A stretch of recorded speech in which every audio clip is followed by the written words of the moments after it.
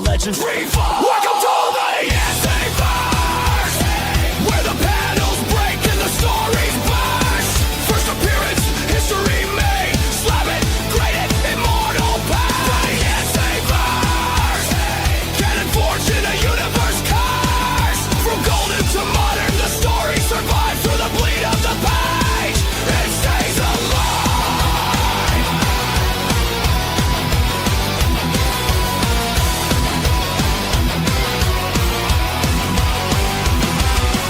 Flip that spec, pumping dumb dreams. Holy Grail whispers, tear at the seams. Market spikes in the rumor mill's breath. Crossovers ink the line of death. Footnotes trace the collector's code. White pages pure in a mylar hold. Investment grade, sealed in a tomb, but the panels still scream, they boom. Back issue fire, collector's sin. Every variant cover pulls you back in. Welcome to the IzzyVerse, where the panels break and the stories burst. First appearance, history made. Slap it, grade it, immortal past. IzzyVerse, canon forged in a universe cursed. From golden to modern, the story survives through the bleed of the page. It stays alive. Flip it, press it, spec it, grade it. Canon's eternal, you can't escape it. KSU, Arc eternal, bleed through you.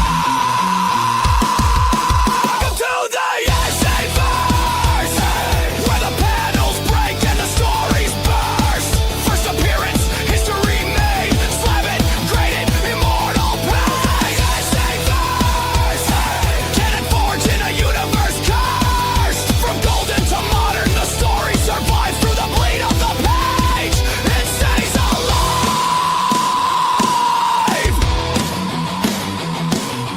Flip it, press it, spec it, grade it. Canon's eternal, you can't escape it. KSU, Arc eternal, bleed through you.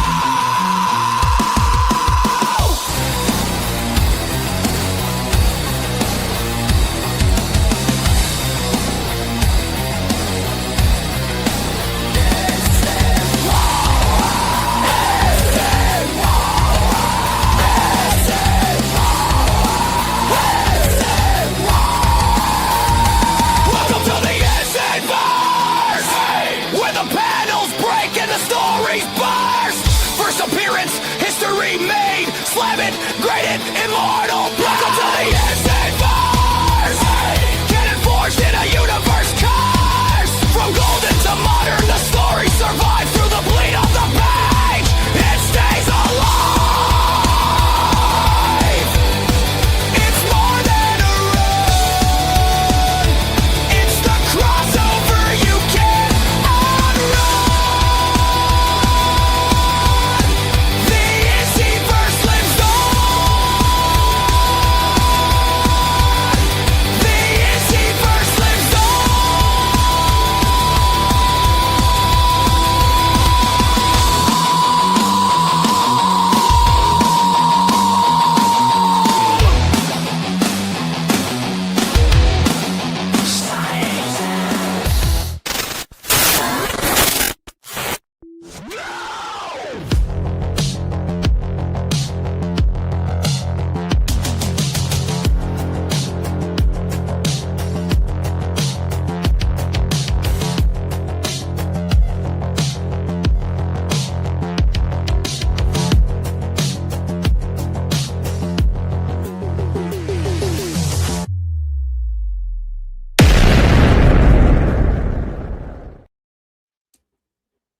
We made it.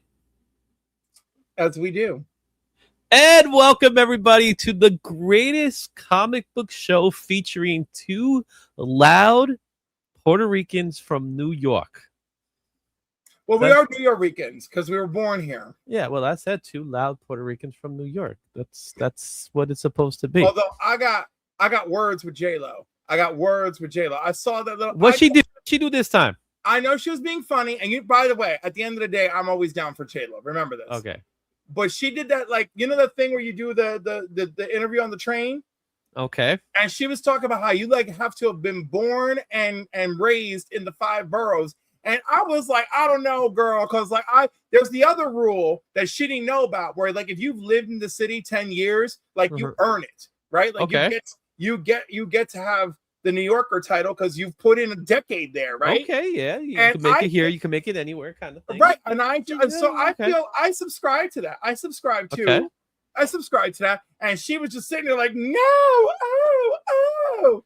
Well, she's from Castle Hill, so you know, whatever. She's still in the 5 boroughs, right? She originated in Castle Hill. She lived in a house.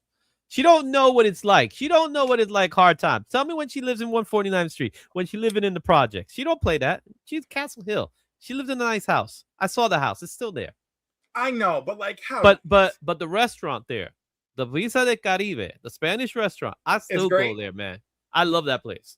I got to take you one of these days, man. One of these days, I got to take you there, man. When you come down here. Take me for my birthday. Well, when is your birthday again? I forgot. January 1st. Oh, that's already passed, dude. We got to do something else. My birthday is coming up next. That's the future. The future's around the corner. Yeah, but we'll do something. We'll figure this out. The year is half over today. Oh, God. Are you going to go there? Mm-hmm. Well, welcome, everybody. Once again, we are here talking about comics. We got a lot of stuff to talk about today. But before we do that, let's say what's up to the folks in the chat. We got Kingdom of Nerds in the house here for Cliff and Izzy's madness. Who will break first? We all know Cliff breaks first. That's not true. You break first, true. Man. We'll you always do. I always get you. I always get you. No, you. I drive you mad. You forget. But I know how to drive you mad. That's something I know, but when the chat turns on you, you're it's not good. When the chat turns on me, it turns on me. I live with that. Yeah. And by the way, guys, we are having a duck race today. So, with that said, I got to show the last piece of the puzzle, right? Because there we go. And you know, I'll make it. Yeah, this is good. So that's the last piece of the puzzle. We got four icons and one final piece that's going to go into today's box. You guys, if you guys don't know how this works, it's very simple. There's 2 approaches you could take. You could take the approach of being a channel member, which you automatically are a part of. You're part of the duck race and you have your name in the duck race. Or if you leave a super chat of any size, we're going to add a book to this pile, which right now we're at 20 books in total. All right, so we could make this 25 today, right? Because we got an extra, usually it's supposed to be like 20 books, but because we got, an extra day this month for us on the show, it's 25 books. And that's going to be part of today's thing. So you leave a super chat of any kind. Here's the icons that we have here. So, Cliff, take a look at the icons. Some might be easy, some might be hard. The bottom one is giving me Ghost Machine. Okay. That one definitely looks like a Christmas ornament situation. Because the thing on top makes it look like a Christmas ornament, right? Okay. The rest of it looks like a globe. So I honestly don't know what you're going for. The lightning bolt always says to me Thor or Flash. Okay. And the guy on top looks like Star-Lord. All right. So you have me thoroughly confused. All right. Well, we'll get to it because we did get our first super chat today. So we'll get to that one in a second. But we got to say hello to Las Cruces from Nuevo Mexico. How you doing, my man? We got White Tiger also in the house. Presenting Doctor 8131's in the house. Also, we got Dan's Comic Corner 25's in the house. We got Matt, Heroes for Hire Comic Club in the house. Also, Chris the Comic Vet. Look at what he says. Called it here on the show weeks ago. Supergirl will flop hard. It came to pass. One more flop, and the gun experiment will be terminated as he should be. Chris, are you rooting for the DCU to fail? Like, because we shouldn't be. What's going on? Like, what's like? I know he didn't like Superman, but to go that far, bro. Anyhow, whatever. I just want you to know. I want you to know. This is what I'm calling. Did you break first? Are you breaking first? Fuck it, I broke first, and I'm dropping that bombs. It's all here. Let me tell y'all something. And this isn't even the first time We I'm haven't saying even it. talked about Let Supergirl it be yet. remembered. Let it be remembered tonight that Spider-Man will make money. And I don't even care if it makes $1 billion or not. But y'all are going to see, people are going to be talking crap about that movie too. This is just over. I was right when I said both studios need to cool it on superhero movies, but they can't stop themselves because they want to keep chasing the money. They want the money, but they're losing money. They needed to but they needed to stop. Okay, we'll talk more about Supergirl in a little bit, but let's get into the chat. Oh my god, I can't even take another word about Supergirl. Like I actually hate humanity. Like all the talk about Supergirl has made me want to quit YouTube. Wow, but we're gonna talk about Supergirl today. Like y'all don't know how awful you really are. Like because I actually hear all of your clattering bubbles all at once. And it's insane. But anyhow, you're like Superman. You're hearing all the voices. I broke already. We broke with less than 10 minutes. I love it. All right. Has everyone's wallet recovered from all the comic conventions? Heroes was great, but Damage was done. Ha ha. Oh, Damage was done. I'm recovering from Heroes. But the nice thing is I did pretty well on Heroes. I didn't really go crazy. I didn't spend crazy. I don't think anyone went crazy at Heroes. Oh, no, people spend. There were spenders. Oh, I saw. But there were spenders. I saw it. I want you to know, I didn't see anyone bring anything home that costs more than the freaking expense of the trip. Okay. Like, that's what really has me. And this is supposed to be the place where your dreams can come true with what you can purchase. This ain't Disney World, bro. But it's the comic book equivalent. All right, next one. And Garfwan wants Yellow Flop or not, I'm still going to watch it. Matt still hasn't watched it, so be careful. And you know what, Matt? Enjoy it because it's not guaranteed to be better than Madam Web. And it is better than Madam Web forever. Supergirl's disappointment started when I saw Lobo Popcorn Bucket. That was a problem. That was the first sign. It's better than Flash. As far as it being better than Flash. Oh my god. Oh my god. Why would you? Okay, actually, yes. It technically is better than Flash. It's a hard one. That's a hard one to decipher, right? Hurry, it'll be out in theaters in no time. Spider-Man will bury. Spider-Man's not going to touch Supergirl. And here's why. Bury Supergirl. Bury. No. Spider-Man is but here's the thing. Spider-Man is not going to touch it. You know why? Because Supergirl will be out by then. Right. Spider-Man's at the end of the month of July. Right. I'm just here. Izzy, the point is that by the time Spider-Man arrives, like it'll be gone. Supergirl will be flushed out. In other words, Supergirl might make it to the Monday before Spider-Man opens. And it's not making it because you have Minions this week, which is believe it or not, people are actually clamoring that it's a good Minions movie. And I enjoyed the Minions movie because I just like dumb comedy. Wonderful things about Toy Story. So you got the Minions. Toy Story. Toy Story is the one burying Supergirl, right? Yes. Toy Story is still. It came in first place again. It topped Supergirl. Supergirl. I don't even think Supergirl made it. Supergirl did second place. It didn't do third, right? Because Obsession was pretty close too. Then you got all this stuff, right? It's true what Cliff is saying about Heroes. The hotel killed the wall. Yeah, the hotel does that. Let's see here. Oh, you're messing with all this stuff. I'm trying to get to everybody here. Let's see here. Let's see. Spider-Man is going to be the biggest movie of the year. I don't know if it's going to be the biggest movie of the year. It's going to be the biggest movie in the summer, in my opinion. Now, Matt did go crazy at Heroes Con. I will give him that. Okay.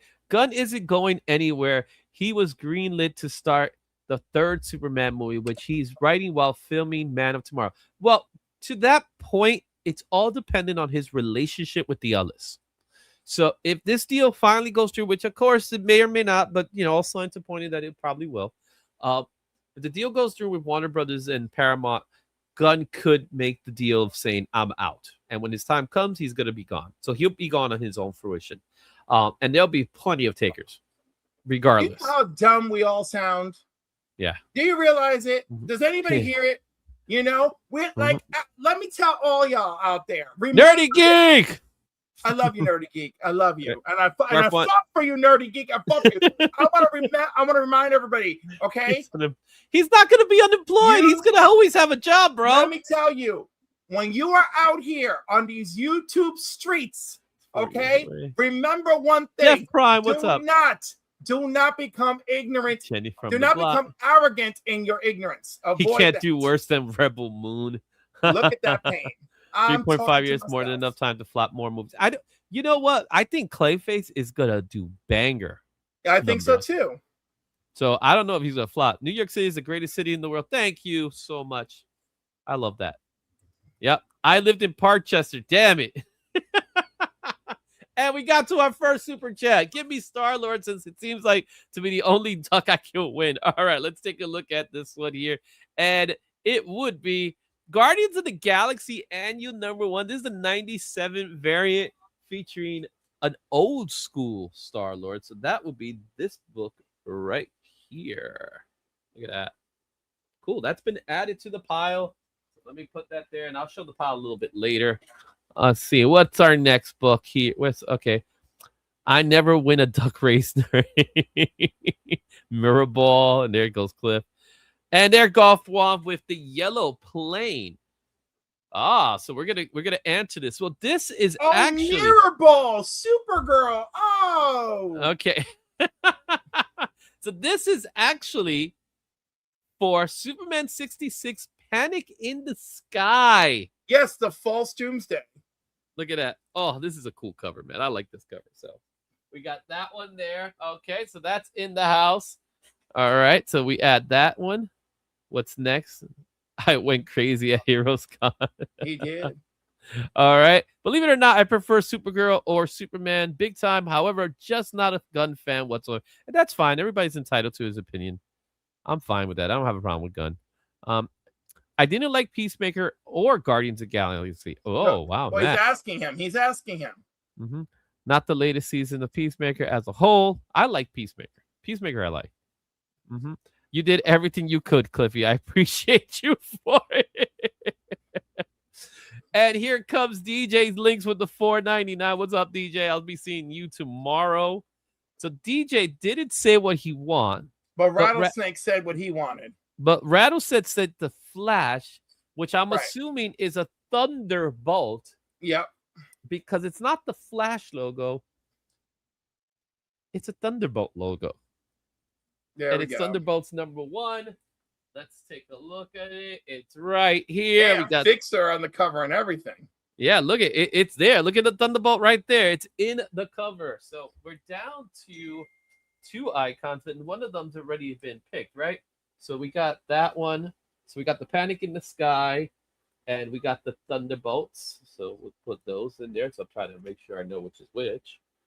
So now that leaves the Nuclear Cloud. Uh-huh. Which I'm hoping is Ghost Machine or Firestorm. Oh, we'll see. All right. So we got that. So DJ has, let's see here. Actually, DJ got the last one here, right? This is the one that, and it's green, as weird as it sounds. So it's actually a disco ball. No, somebody else called for the disco ball. Well, DJ, if somebody else called for the disco, the dealer's choice. Oh, I don't know. I'm losing my mind. Go for the disco ball. It's a disco ball. What was the yellow cloud? It was Panic in the Sky. Oh, I'm so stupid. Okay, fine. Dazzler 6 and 7. You're gonna get a double whammy of Dazzler. Because why not? We're gonna put two Dazzler books in there. We did it. You got all 4 books, and now the last book in the bunch. You know, it's always a bigger piece. And of course, Cliff finishes it off so we could get it over with, right? So I decided, because unfortunately the person never did claim their piece, so I'm going to go back and redo this Captain America just in time for the 4th of July. I'm going to actually redo this piece. Something about it I'm going to fix. So it is an original art piece, so we're going to put that there. Let's see right there. Bam. And there it is. Rattlesnake sent Flow State for 200 jewels. Now, you cannot see that in StreamYard, and it annoys me. And what is a jewel? Right. I don't know what they are yet, but I know that people are doing it, and I have to report on it. All right. So let's go ahead and showcase. I'm going to go ahead and showcase all the books that we got. So, and with that being said, let me put that there because we could remove this now. And let's do this. Okay, so everything that's in this pile already. So let's see here, because all of this is going to be gone today. So, of course, the original art piece that's going to be added here. So we got the Captain America. We already saw the Dazzlers, so that's added. The Thunderbolts, #1. The Superman 66. Kingdom Come, #1. That's going to be added to the pile. All right. Dark Horse Presents #1, Black Cross. Spawn #9 with Angela's first appearance. Guardians of the Galaxy Annual #1 for 2020. I don't even remember the year already. Not that long ago.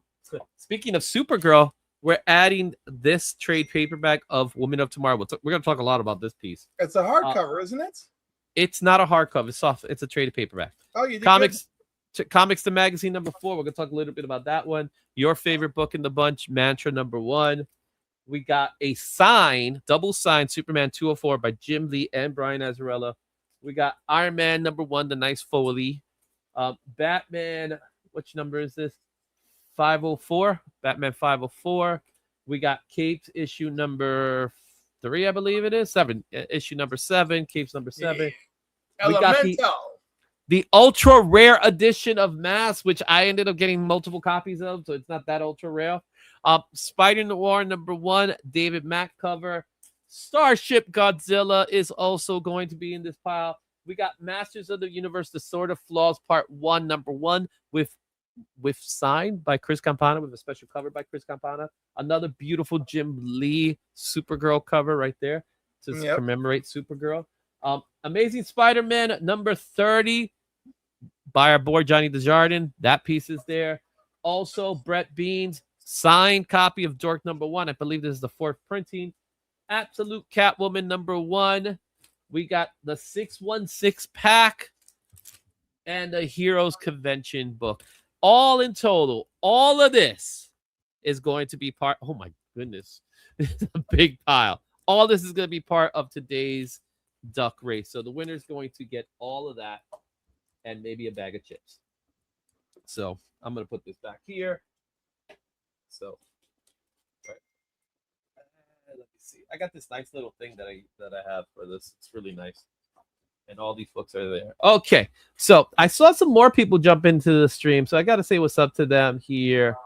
I saw still only 30. Madness is what is flow state. I know. And then he gave us happy. Then he sent us happy poop. Happy poop for 10 jewels. Happy poop for 10 jewels? Yes.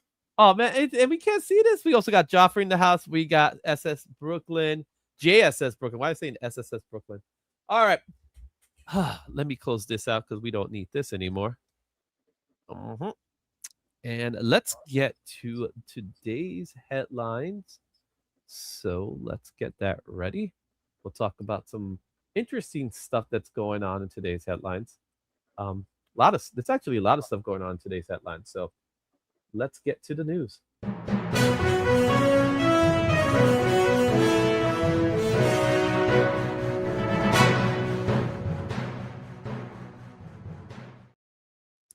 All right. As we all know, Spider-Man 1000 is on its way, and they just announced some more variant covers to the book.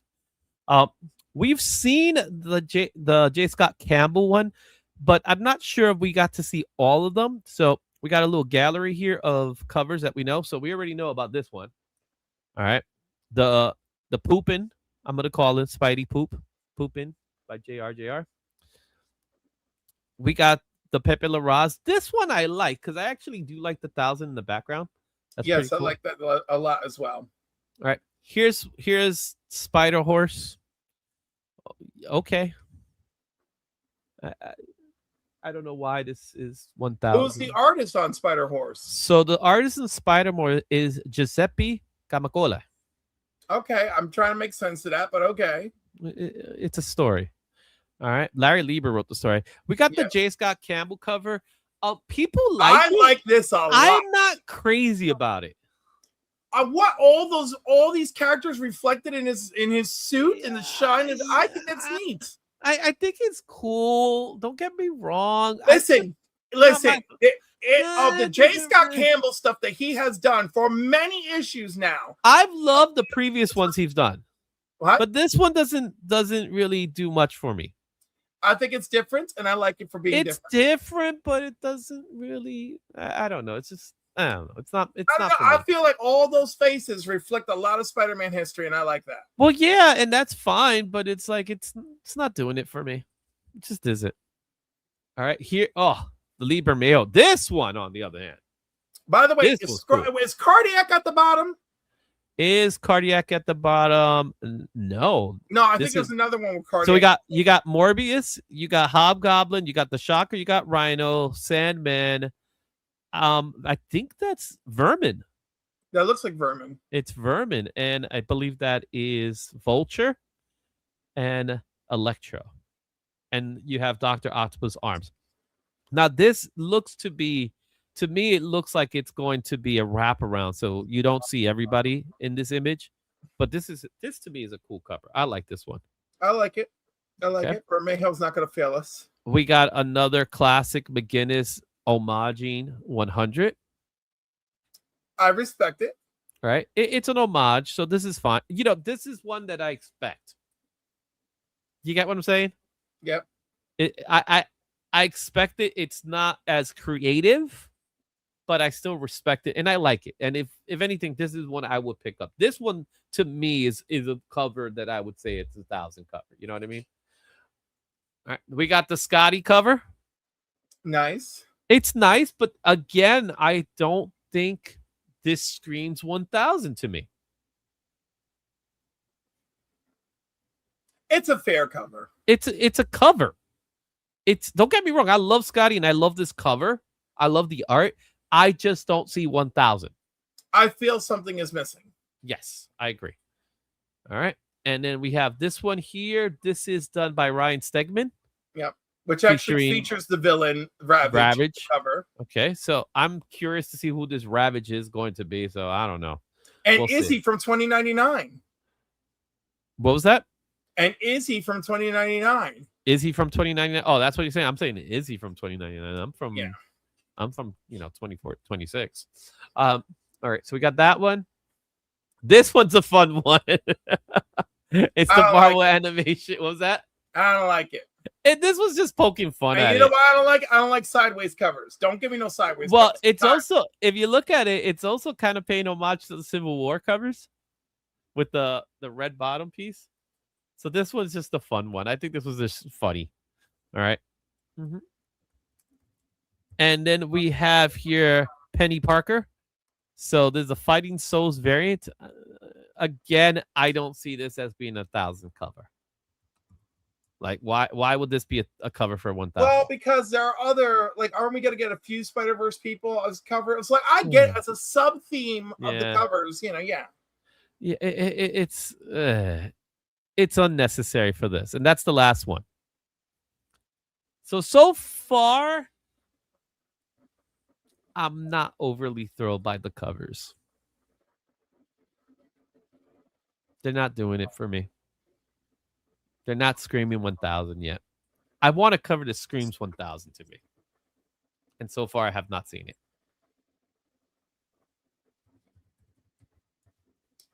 Which one does David think is the laziest cover? He says lazy cover, but I'm not sure which one he's talking about. Yeah, David, let us know which one you say. No Arthur Adams cover. Well, again, it's still early. The Alex Ross cover is a great cover. That one I'll admit to.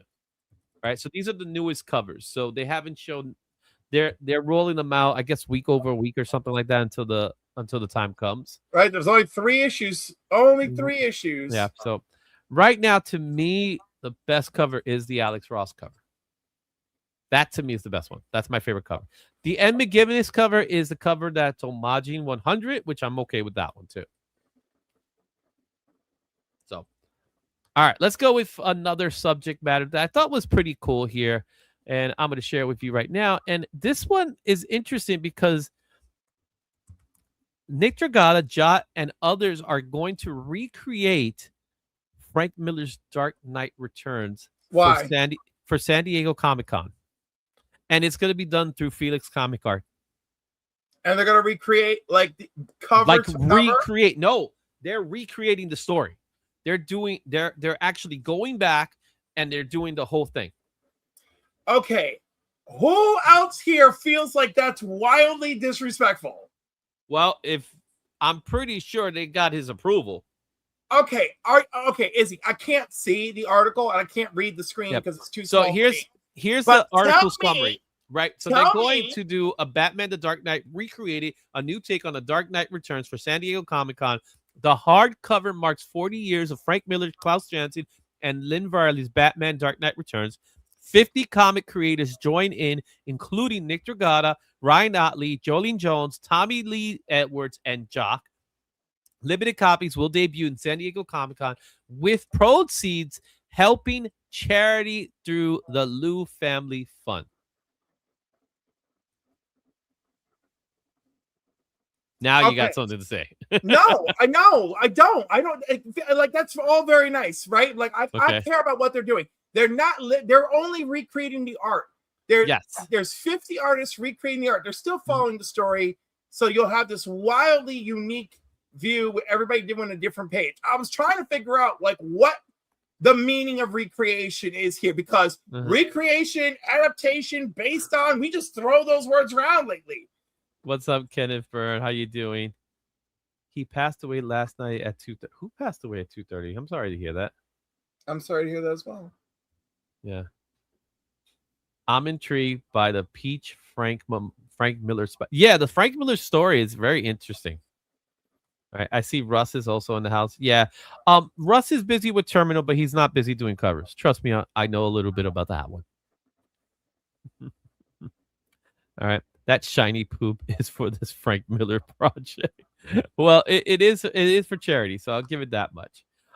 So Nick Klein, James Harden, just to name a few. Wes Craig, I see it. Ian Bertram, I know that name. Chris Burnham, Ryan Silk, Jolene Jones, Tommy Lee Edwards, John McCreer. That's a name I haven't heard in a long time. Jeff Shawn, Daniel Warren Johnson is doing a page. Mike Aldred is doing a page. Nick Dragata, Michael Walsh, Cliff Chang, Ryan Stegman, Peter Krause. And I'm just going through I'm not going through all the names. Ryan Otley, Jim Mafu, Paul Pope, Jock, John Paul Leon, Chris Stevens. And we got some images already. And literally that's what they're doing. They're just recreating it. So let's see if I could make it. I can't make it any bigger than that, unfortunately. Which I think it's interesting. It's a different take, right? It's a different visual take. Yeah. But my curiosity, and it looks like it's going to be black and white. Now, my curiosity is they're just redoing it. They're homaging the panels, or they're actually doing their own panels. Based on what I'm seeing here, this looks like they're just homaging the panels. Well, right, but in their own styles. Yeah, in their own styles. So check out that one right there. So they're recreating. That looks like a Mike Aldrin, in my opinion. All right, there's, I believe, that Dragata piece where Batman's taking a poop. That's what he was saying. And there goes the other one. This is hard to read it there, but Michael Walsh. I could tell that's a Michael Walsh. Yeah. So there is a video. Let's see if I could get the link to the video here. So JSS, I know you're in. If you're on, can you get the link to the video to show it off? Hey, what's going on, Travis? He made it. Yeah. That's the Phoenix art. DVH is in the house. Hoo, hoo, hoo. All right. DVH. If only for a moment I've made it. All right. So I'm just trying to get through the chat here. All right. Yep, that's everybody. All right. So it's actually, you're going to find it in the Bleeding Cool, but the video is here by Rick Johnson. So it's in his website. So it's the Dark Knight recreated. Just look up Dark Knight recreated and that'll be it. So I think that's interesting. Let's go to our next topic here that I also believe should everybody pay attention to if you haven't paid attention to it. So you got to have, if you go to your LCS tomorrow, you're going to have to look up something. And you're going to have to look quick because it's going to be gone fast. And that's because the Mark Spears Spawn 77 Comics the Magazine #5 secret variant will be out tomorrow.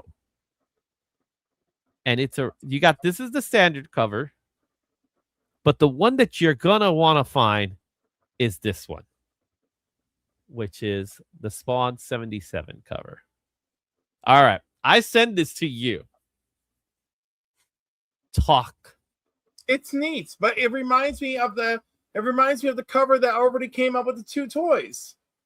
Well, yeah, which I have the toy right there. So, but it's not the same thing. It's a mashup kind of piece, right? Because, And it's rendered and it's nice, and you know, I wish I was the person to go on about this. Well, I will. Prices are going for $25 to $75. That's what the current prices are, and that's fine. But if your LCS is not fully aware of this, you might be able to pick it up for $2.99. And wherever you are, where you're successful, that your LCS is that not on it, God bless. Well, I can tell you right now, Midtown Comics will probably have this for $2.99, but they probably won't have many. Yeah, obviously if you are near a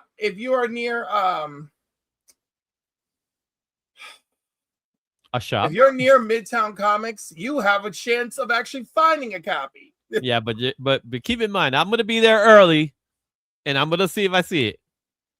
You might. I'm just saying, Midtown Comics being partially a distributor, they're gonna have it. I'm gonna believe it. Yeah, they would have it, but how many? And if they'll put it on the shelf. The real question is if they put it on the shelves. No, and who will put it on the shelf? You know, they would. They would. Only the blindest person, or like if the books came really late and they were trying to move quickly. It's not a 1 in 25. It's not a 1 in 50. It's like a secret one per store, right? I don't know if it's a secret one per store, because all it says is secret Spawn cover. Usually there'll be like a one per store, but I don't think this is a one per store. Well, I'll tell you, my shop only got one, so there's that. So you were already aware of it? Of course. And you saw it already? Yeah. Yeah, so it's going for 75, right? It's going to be going for 75. That's the high I've seen it so far. And you'll have a nice little interview with Mark Spears that you can get with the regular issue. Yep. That's pretty cool. Which, by the way, has a lovely Mark Spears cover of itself. Yes, it does. All right, we're going to go to our last headline of the day before we get into our main topics for the day. This one ticket, I will say this is something that's a little more on the lines of it's a sensitive subject matter, so I just want to give everybody a fair warning. But I don't know if you had a chance to hear about this, but the Neil Gaiman assault has been dismissed by the Court of Appeals. Now, what does dismissal mean? So, in other words, as if you read it, it was in the U.S. district, I believe in what's the state? I'm trying to remember the state.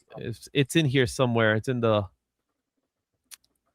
what's the state that ruled it out? So pretty much what they say is that they're not saying he's guilty or innocent.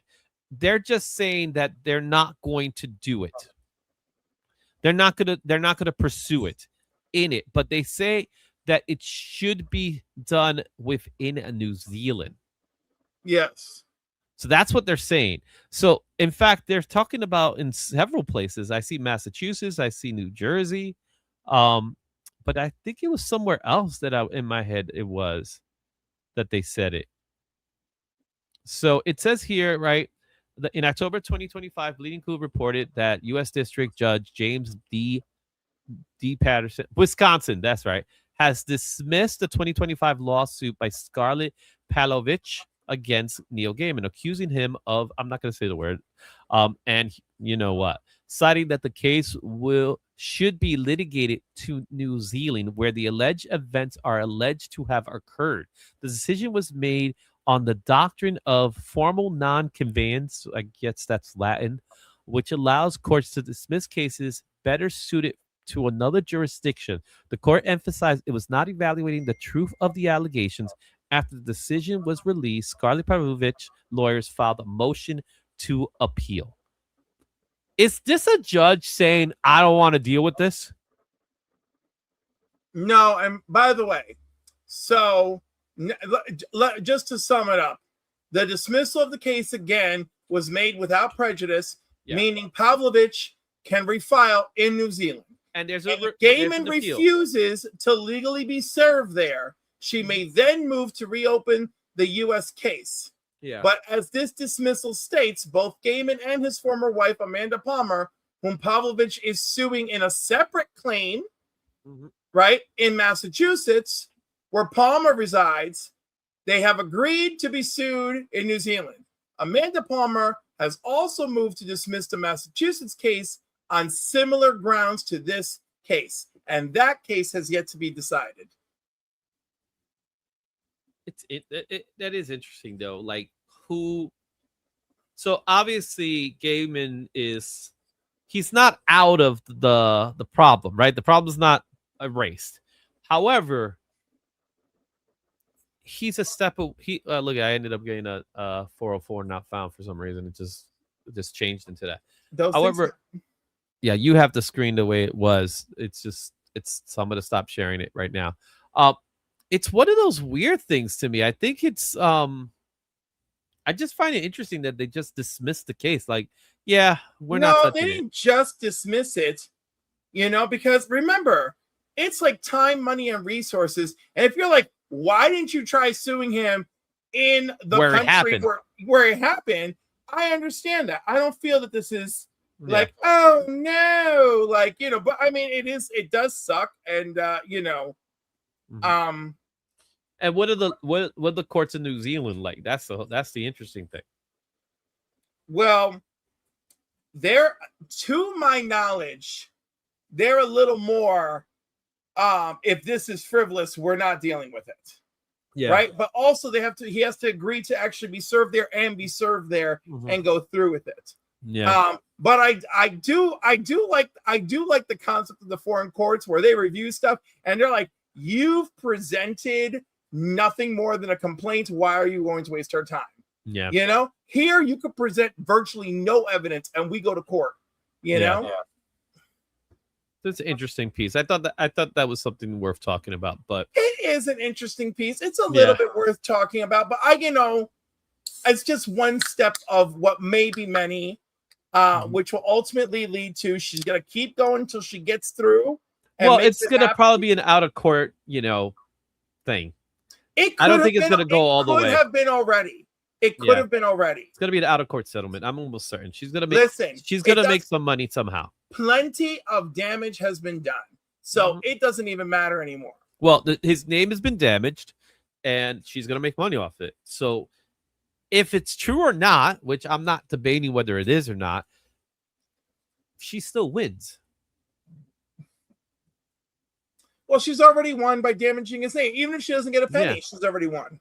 Yeah. So, and apparently Amanda Palmer too, because damn. Yeah, exactly. So, and I'm like saying, if he's guilty, he's guilty. I'm not arguing the fact. And I've read Sandman. I've read his stuff. His stuff kind of puts him in a place that it's in his mind, but he's always been a champion for certain things. The reality of it is that what he's a champion of is he's also being accused of being. That's the part that's interesting about this whole thing. There are other things I want to say about it, but it's just not worth it. I think what I'm going to boil it down to is I do think we have people who have power and they're one thing on the outside and another thing on the inside. Yeah. Bill Cosby. But there are some people who just forget their place and have a game that they're playing in their head that they get caught up in. Maybe this guy. I don't want to make excuses for him. I don't know him like that. Yeah. The whole thing has me very upset. Has me very upset and sad. I remember the first morning reading about this. I was just like, yeah, it was one of those things for me personally that I was just like, oh, damn, not him. You know what I mean? Because I personally, first of all, I love the Sandman TV series. They did a great job. That first season was fantastic. And of course, the second season, they were able to finish the second season, right? Yeah. But they rushed through it because they had to. I I don't think they rushed through it. Oh, the they one, rushed the through one it. that suffered the most was They Good ru- Omens. Oh, Good Omens Good too. Omens took a beating. I think But Good Omens had 2 seasons. Yeah, Keep but the that in second one mind. barely counts. Wait, it had 2 seasons, and then they did this 3rd finale season, which Yeah, is not no, even a whatever. season. Good Omens took the beat down. Hmm. Sandman was basically finished, and I think it finished. I think it got finished. They with did a lot of good grace. job. No, I don't. I honestly think there was more to say with Sandman because they did rush the story. You're No, talking about it's they not- did it's 40 not- issues, bro. They I did know, 40 but, issues like, within a season. No, I feel like there's a lot of stuff in these 40 issues that you're talking about that they didn't have the rights to. So I think it went. But they fine. what they did in the first season where they didn't have the rights to, they found ways around it, like the whole right, Constantine but also thing. that was a whole lot of books that they condensed into like so many episodes. Yeah. Good Boy Detective. You know, I never got a chance to read Good. That to was watch a good Boy show, and Detective. that one suffered because that was it. It was immediate. But that one, I think that one suffered not because of this. I think it suffered because people weren't really familiar with Dead Boy it's Detectives. more than anything. It suffered because of this. Because when you watch it, it does tie into Sandman directly. Mm-hmm. Yeah. Well, no, I know it it's does. there. I know it ties into Sandman, but they also did the tie-in with what's Lock and Key. They also did a tie-in with Lock and Key as well with Dead Boy Detective, if you remember. No. Yeah, there was that's the Sandman universe, Lock and Key. They was gonna do a mashup with it. In fact, there's even a comic book for it. Right, but it never happened. It never got to. It was supposed to get film. to it. It was gonna get to it. Well, right. I would have hoped. Mm-hmm. All right, guys. It's about that time that we're going to talk about some subject matters. And this one's going to be, the moment you guys been waiting for. Let's talk a little bit about Supergirls.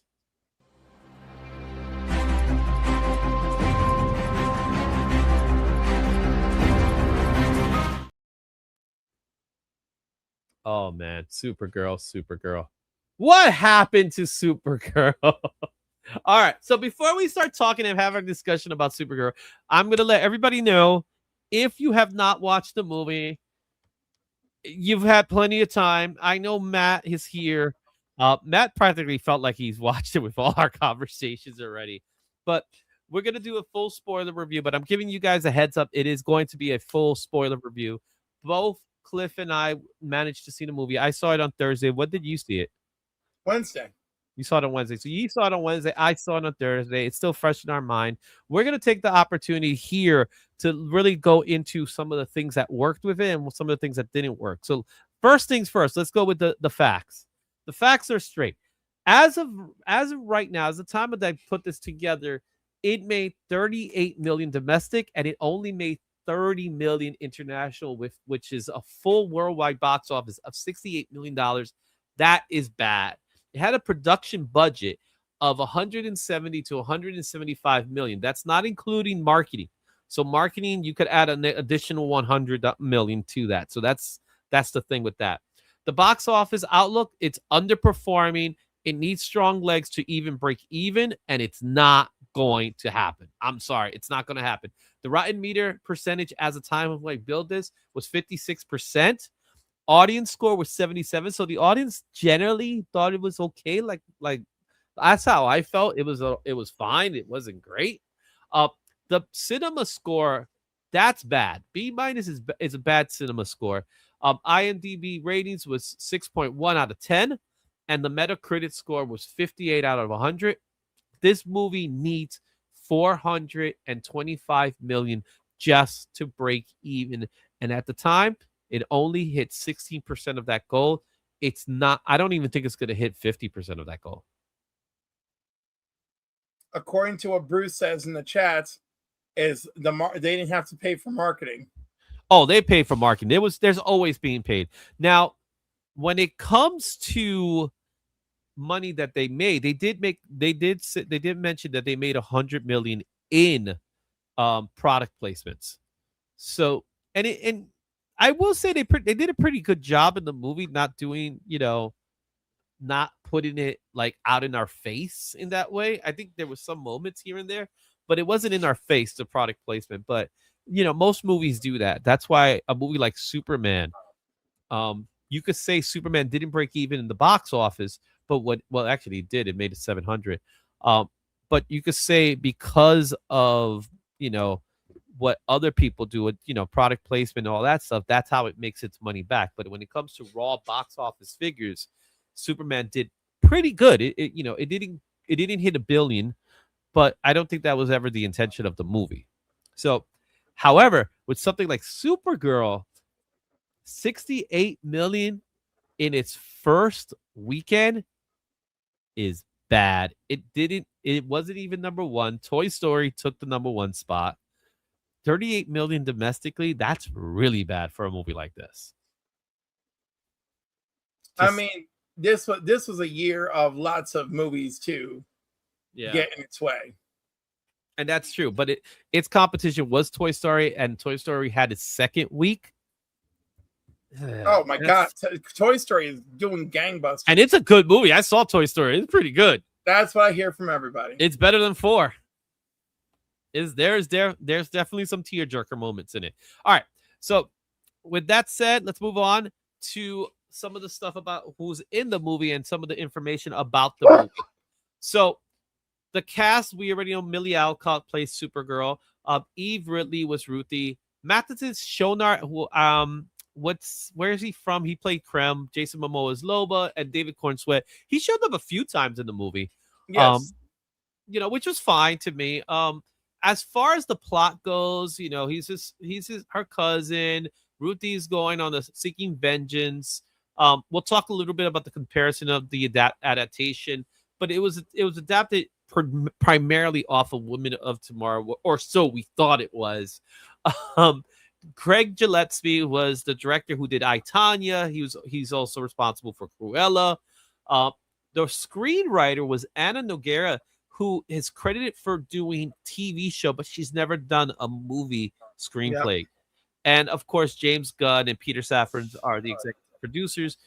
Tom King also served as an executive producer, and he was also the writer of Women of Tomorrow, which we'll talk about in a minute. Which, by the way, he was consulted. That was like it. This title they gave him was a gift. Yeah, that was a credit. So if the movie makes money, he makes money. He makes something. That's the point of it. Overall, let's focus on the cast itself. Okay, before we start talking about the movie. I was fine with the casting choices. I'm very fine with the casting choices. Right? I don't think there was a single person in the movie that I had a problem with. Maybe their portrayal of a character I had a problem with, but not so much them. You know what I mean? I do think Eve Ridley, the girl that played Ruthie, she was fine. She got annoying a couple of times in my mind, but she was fine. What's your thoughts on Eve Ridley? I thought she was fine. Yep. What about Krem, the Matheson? I thought he was better. I thought he was better than people gave him credit for. Yeah. But he was very by the numbers type of thing. I know, but he was swarthy. He made sure that came off on the screen, and I think it worked for him because let me tell you something. I've heard people go on and on and on about how forgettable he is, yet they know the name Krem. So he did something right, which means he's not forgettable. There's a bunch of Marvel villains that are forgettable. A bunch. All right. Do you know how hard it is to remember who's in Thor: The Dark World? But I do. At least the actor. Who's the actor? Right. He was the ninth Doctor of Doctor Who. That's as much as I can remember. Yep. Exactly. I feel Ruthie narrating it in the comic had more impact. We'll get to that later, but I enjoyed everyone's performance. I thought they did what they were supposed to do. Mm-hmm. I would be happy to see more of Supergirl. I wouldn't even mind if we saw a little bit more of Ruthie down the road for some reason. I think there's a possibility we will. Well, I know a possibility if this thing hasn't set a trajectory straight into the side of a volcano. Mm-hmm. I think there will be some more Ruthies in the future. All right. I hope that there is a DCU to get to see it. So let's do some comparisons. Well, first of all, the movie live action Supergirl Woman of Tomorrow was a Black Label comic series. it's set within the DC universe general, right? It's not a black label like an Elseworlds. It's just black label because it was more adult theme to it. I would argue more so that because they weren't using the Elseworld label at that time. Yeah. So you would have called it an Elseworlds type story rather than it's just an adult story? I mean, right, because a lot of Elseworlds were fairly adult the way I remember. I'm just saying, I didn't feel like this was so terrible that like, oh, it has to be black label. It wasn't like she was walking around the Batcave swinging around her penis. Like, it wasn't like that. So, but it was an adult theme. That's what it. They did with the black label. Theme, murder, revenge. You know, there was bleeped out cursing. All right, so let's. I want to address this. Did y'all get the comic books they were giving out in the theater? Okay. I did not get the comic books. You had to be an IMAX. Pissed. I went to IMAX. And when did you go? On Wednesday? On Wednesday. They didn't have the comic book on Wednesday? They didn't have it. And by the way, I checked with the theater again on Thursday and Friday. They never got it. Was it AMC? Yes, it was. That sucks. It does suck. Sorry. And I would have gotten 2. All right. At least.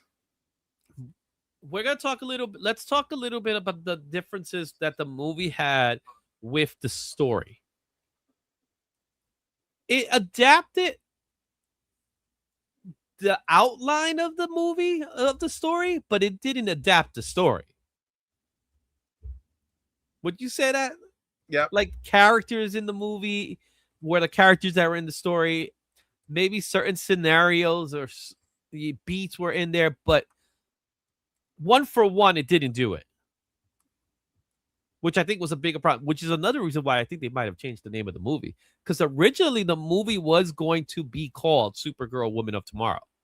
And they scrapped that. They did. Imagine if they did. That would have been rough. That would have been brutal. Like they took that off. I got to tell you, I honestly think it was a huge detriment to go on and on in the marketing about how this was based on Woman of Tomorrow. I think that was I think they were doing what they can to do it, especially, we have Supergirl Day with Superman Day and things like that. I think that was intentional that they were doing all that stuff. The wrong message. It was they literally took the character and it almost as if they went to ChatGPT and said, tell me this story. And make a script out of this. Yeah. And I think to the writers, I'm going to give the writers some kind of credit. I believe she read the story. She did her writing. And my personal thoughts, because this does happen, I believe the director made alterations. And those are the alterations that damaged the movie. And this is where James Gunn comes into play. No one said, this is not the way the story goes. That's how I felt. Because the beats were there. They just, instead of going right, they went left. But it was there. You know what I mean? Everything about Krem, about the ending, about all this stuff that was there, about the character of Kal-El, the character of Ruthie, all of it was there, but they just said, in the comic book, this character does this. Okay, but in the movie, she does this instead. And that's the part that made no sense to me.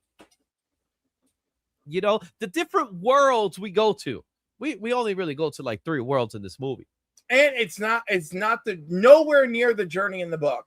Yeah. So and the book itself is a Max series, so it's a 12-issue series. It's not 12 issues. Was it not 12 issues? Or 6? No, it's 8 issues. 8 issues. I'm thinking 12 issues for some reason. But Maxi series has to be a minimum of 8, if I remember correctly. Okay. So the book it's deep. You have enough material to create a movie, a 2-hour movie out of it, but you're going one direction with it. And you just keep doing that over and over. And I do believe that's the director's fault. the screenwriter is going to write their screenwriter based on what they have. They may make some alterations. They might turn it into a script with dialogue rather than story beats and things like that.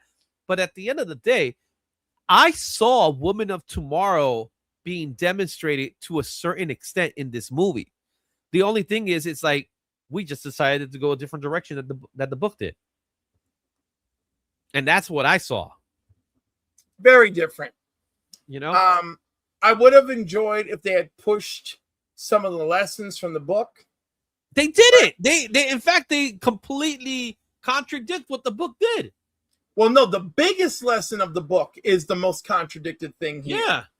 Right? So, I believe that they made changes to like why Ruthie is on her revenge mission. In this movie, they kill her whole family. In the comic, it was just which her is dad. fine. That to me was fine. I thought that was great for making a bigger investment in her revenge. Yeah.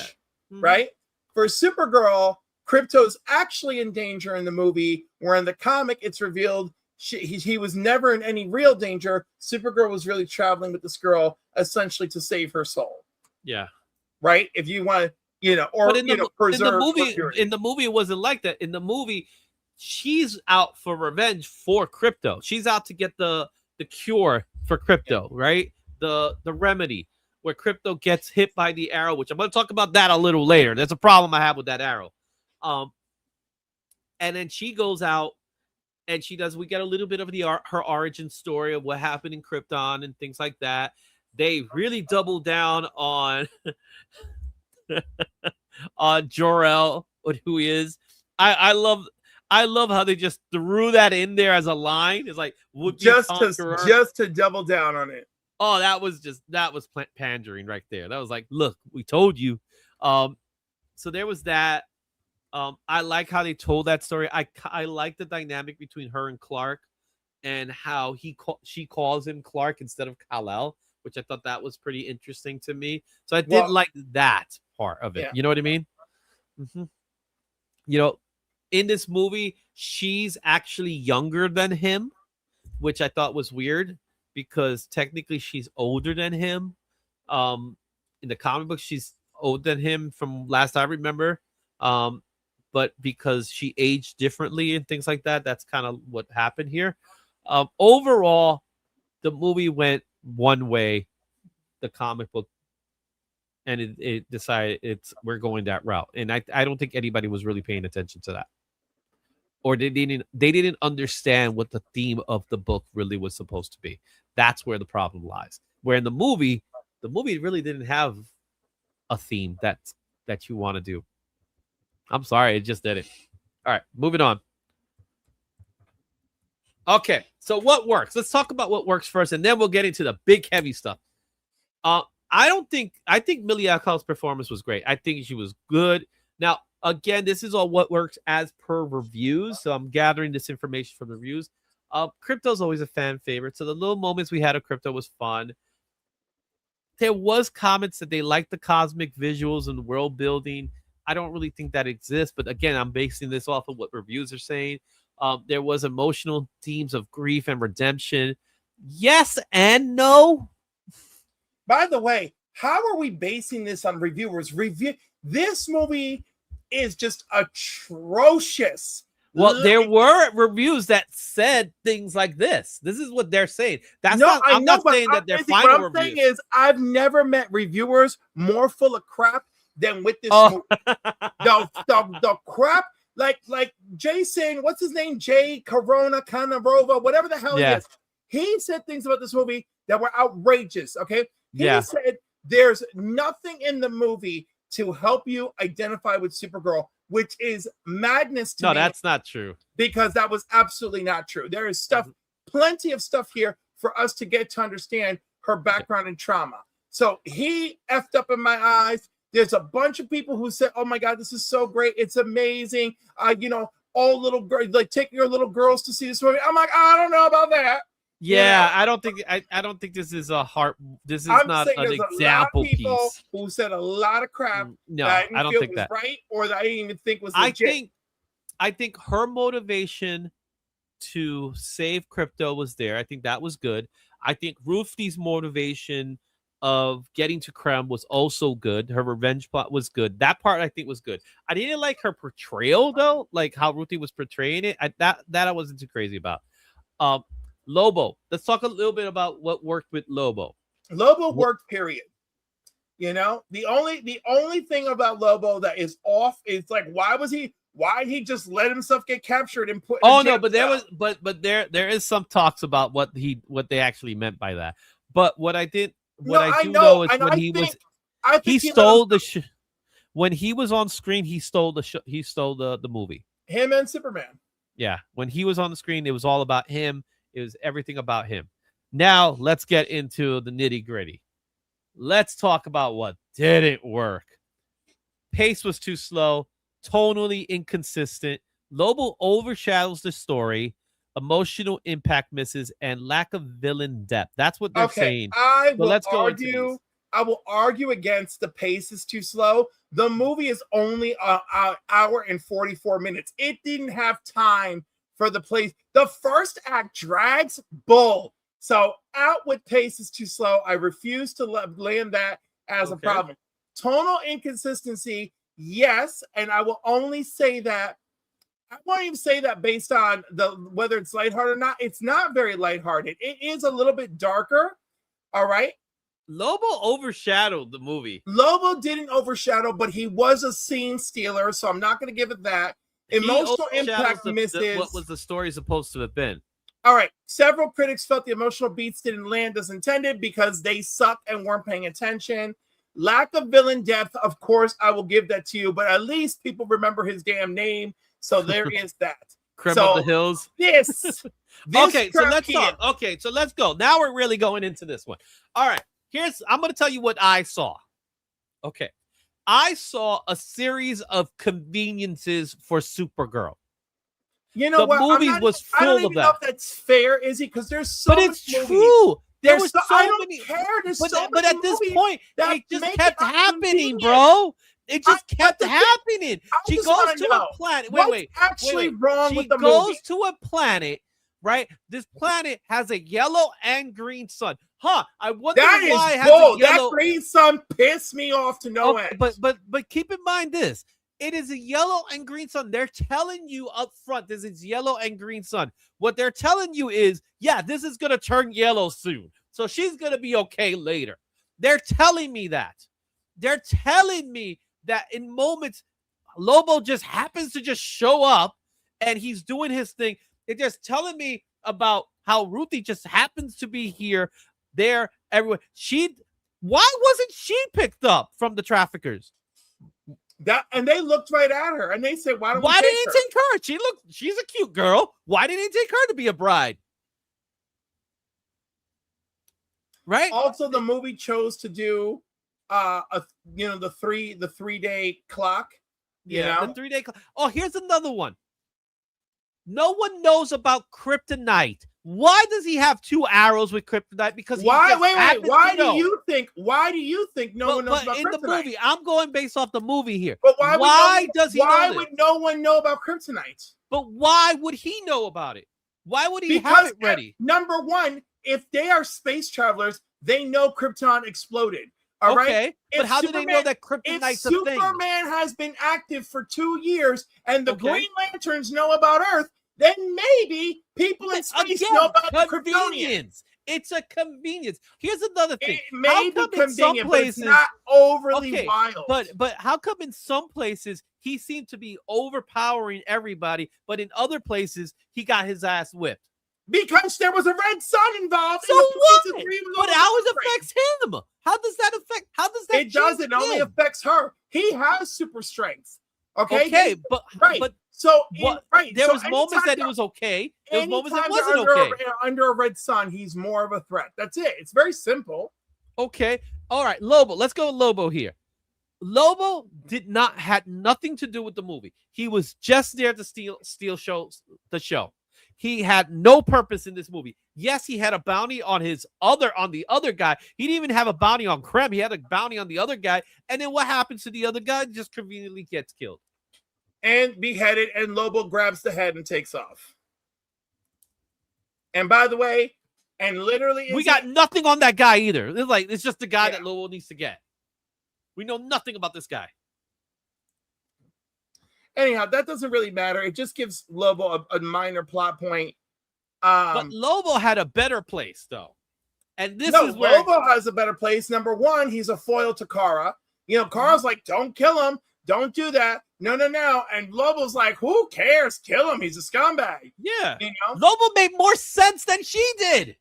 Yeah. Well, Lobo externalizes revenge in this movie. Yeah. You know? And like, but he made more sense than Kara did when she's had. Kara was contradicting everything she was saying to Ruthie. Don't do this. And then she does it. Like Ruthie, all Ruthie wanted to do was to kill Krem. She had her opportunity, and Kara's like, okay, I'm going to stop you from doing this. For what? So that she could do it? Well, you got to our final point, which is, you know, she had. Oh, Mark is here. He's ready. Why didn't he kidnap Ruthie? Why didn't they put Krem in jail? Lobo wasn't just in. How did they have the arrows ready? Why didn't Kara care serum? Conveniences, bro. Conveniences. There was way too much of that. So anyhow, listen, Mark went on for 90 minutes about how much he hated this movie this afternoon. I know. I was there. I saw most of it. I misread the book. Yeah, how could you misread the book? That's the whole thematic part of the book. It's stupid. I just know my wife's gonna come in. Can you not scream? Right? Lobo got some. All right, here's the other thing. So, yes, just like a man. So here's how I see this. Okay. At the end of the movie, tell me if this would have worked for you, because this is how it would have worked for me. Yes, we're gonna divert from the book for a moment here. Right? Because in the book, it's a little different. She sends him out to the Phantom Zone. He actually gets better and all that crap, right? But the movie's not going to do this part, right? In the movie, she goes up. Ruthie's about to kill him. Kara stops her, says that she's innocent. This is not who you are, right? So Ruthie finally agrees to that. She does that, and what does Kara do? Mind you, we have nothing on Kara's backstory other than what happened in Krypton. For all we know, Kara's in the same place as Ruthie. We don't know if she's killed before, but she kills. She kills Krem herself. Now, again, because everything we've heard Kara say up until this point is she feels she's already too damaged. But how is she too damaged? What happened in Krypton was according to her, what happened in Krypton was natural causes or something that happened with the core. She doesn't have anyone to blame for that. What happened, and right, it sucked. But then kryptonite radiation killing her mother, her father prepping the rocket. But she has no one to blame. Well, I think she has. She might blame. No, she has a reason to be upset about it. But who does she have to blame? Who does she have? She's not seeking revenge to anybody for what happened. There's no reason behind that. Apparently, the revenge is for Crypto. Mind you, Comet dying in the comic was a bigger reason for revenge in my book. So she does the killing. What does that tell Ruthie? And does that mean that Kara was never an innocent soul to begin with? Which is again, really I funny. know nothing. Superman gets the message to go and be fruitful and conquer, and then he doesn't know this. He doesn't know it, but that's the message for him. He turns out to be, Superman, sweetheart of Earth, right? And then she's getting her parents like, "We love you. We don't need you to be perfect. We just want you to be good." She had a good life. I gotta give it to her. Like, besides what happened, she had her parents there. They loved her. They took care of her. Her father loved her. Her mother loved her. She got sick. Of course, I get that part. That sucks. That obviously that could lead to the state of that you're in. I get that. But what I don't get is why does she feel vengeful? There is no reason for her to be vengeful. Listen, that choice in the movie really doesn't work. And everyone who tries to defend it, I'm kind of like, my head is spinning. Here's the other thing. The big line that the trailer gave us, the big line where she says he sees the good in people, and I see the truth. And I see the truth. What does that mean now? And then they threw it in the movie like it was a nothing piece. Well, no, I think they want to show that she's the one who's willing to do anything, and I just think they did it poorly. And like they can, I think it's wise to address this. Here's the other one. Where did the spaceship come from? Her spaceship? Yeah, where's it come from? Get out of here with that nonsense. She has a ship. Who gives a flying? Where did it come from? Who gives a flying fig? Where did it come from? She has a ship. No one cares. We have again convenience. I don't give a damn about it. She has a ship. Who cares? She has a ship. But where did it come from? Who gave her the ship? Where did it, like? I want to know the answers to these questions I have. That is so dumb. It's like that's not important. She already has the ship. The music. Okay, let's go back. Okay, let's go to the music now. Because I'm gonna get back to this whole death scene, this murder scene. The music sucked. How they were trying to pull this whole Guardians of the Galaxy music thing by putting like some different type of music. Why does everyone keep doing this? Because it's one of the things that really was driving me crazy. You try to give me the soundtrack of music I don't care about. The only song in this movie that I remember, and it worked when they did it, was the remake of Jimmy. What? The Middle? The Middle. Yes. What? No way, dude. It's the only thing I remember. It didn't work for me. I'll tell you that much. It didn't work for me. Whatever. I'm just saying. I'm so tired of this. Like I hate this. I think we become cynical as fuck with these movies. At the same time, and I'm telling you, that just didn't have. It couldn't tell the story the way it should have told the story. When she killed Krem. How's this? When she killed Krem, she should have just let him be, and Lobo should have been the one that killed him. Everybody would have loved for Lobo to kill him, but because that's what Lobo would have done. But it doesn't matter because she could have been like, "Stop," and then Lobo says, "I did the job for you." That's it. That would have been fine. I don't think anybody would have a problem with that. Lobo doesn't even have to say a thing. The ladies could have gone away, and Lobo could have finished him. Served nothing to the movie other than he was there to be there. No, he's also there to be a contrast to Kara. Because but he wasn't. He does. Kara's like, don't kill him, don't kill him. The other guy is like, kill him, kill him, kill him. I think Lobo's purpose in that movie didn't serve a purpose other than we just wanted to get Jason Momoa in this movie. He had no purpose in the movie. I love Lobo. And Mark, I know you're watching. I had my Lobo shirt on when I went to see this movie on Thursday. Okay? I'm just throwing that in there. I think his purpose in the movie, and by the way, for someone who's only in the movie for 18 minutes or whatever, why are we thinking he's supposed to have a grand purpose? His purpose is just to be a freaking parallel to Kara's. To give Ruthie a pep talk while she's in jail? Yes, to be a parallel to. It's the only opportunity he gets to be the parallel to Kara, right? Mm-hmm. He's like, oh, I like the way this girl thinks. Yeah, get your revenge, you know? Yeah. Could have been congrats. Yeah, I think Lobo should have been the one to off Krem. And I think the bounty should have been on Krem and not this other guy. Again, convenient. Like the other, whatever. Krem. Now, you read the story. Tell me a little bit about the character of Krem and how he really was supposed to be. First of all, he's not even a brigand, right? Mostly he keeps escaping because of annoyance, not because of power shifts. Kara's got her powers most of the book. That green sun did rear its ugly head in the story, which pissed me off. But the green sun does not affect her the way kryptonite affects her, which pissed me off in this movie. But anyhow, yeah, Krem was like a nuisance. Also, there was no human trafficking in the comic. We had to throw that into the movie. And it was just thrown in there too. They didn't make a big deal about it either. And let's be honest, Kara didn't give a damn about the traffickers. But she did, and she did save them because she saved them because that's what she has to do, right? Well, no, but she still had a choice. She could have been like, it's too late, it's gonna blow up. But no, she went in there and she saved but she's not that messed up. But they were not. It wasn't an essential part of the movie as in, oh, this guy's a trafficker. That was from Ruthie's story, but then again, why didn't he take Ruthie? I'm just saying. That's the thing with the movie. Like, in all fairness, I watched it and it was fine.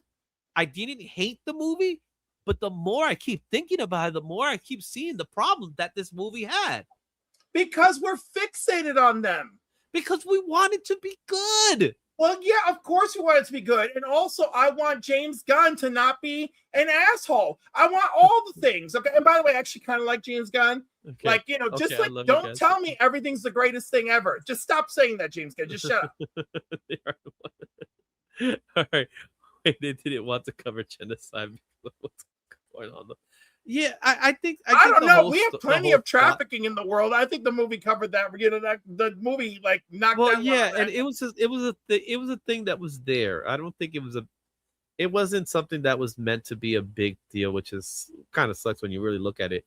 The infinity space between 1-to-1 adaptation and the complete subversions they gave us. Yeah, I think the bigger problem was they gave us the fruition that this was going to be Woman of Tomorrow, and it turned out it wasn't. They gave us the impression it was going to be Woman of Tomorrow, yes, and it really, really was not. Yeah. Again, they kept the characters, they kept certain things about it, but again, they decided to go left when the book was right, which I think was problematic. Big problem to me. And it was so funny because I'm thinking about DJ here. I understand how he feels about Superman because he was kind of. You know what's funny? You would think, based on everything he said about what he doesn't like about Superman, I think he would like this movie more. No, he didn't like it. DJ didn't like it. But she actually does things. Superman didn't get to do anything. Okay. Conveniences. It's all about conveniences to me. It's all about conveniences. The movie is all about convenience. No one ever expects an exact one-on-one, blah, blah, blah, blah, blah. Yeah, it is missing the soul of the book, whatever. I do think that maybe, perhaps, that there is something to the future of what took place in this movie. But I also feel that at the same time, they sabotaged us from getting there. Yeah. Because it was too soon for this movie. I don't think Supergirl was a bad move for a follow-up to Superman. I think all this Woman of Tomorrow talk was a bad move. I feel like the movie like had Ruthie, had Cram, had Kara, had plenty of reason for Ruthie to be all invested and upset. You know, Kara Spotted did a good job. Yeah, man, he's the head elf. Hey, they just told her to be good. You know, and again, killing someone ain't exactly good, if you know what I'm saying. Well, I don't consider that good. I think full powered Kara with one of the greatest swords Ruthie's dad ever made, finishing him off was not like great. But I do think if it had been the Green Sun is back situation. Oh no, it wasn't better for the story. It wasn't a play on defense or saving someone. It was just. Yeah, this guy doesn't need to live anymore. Yeah.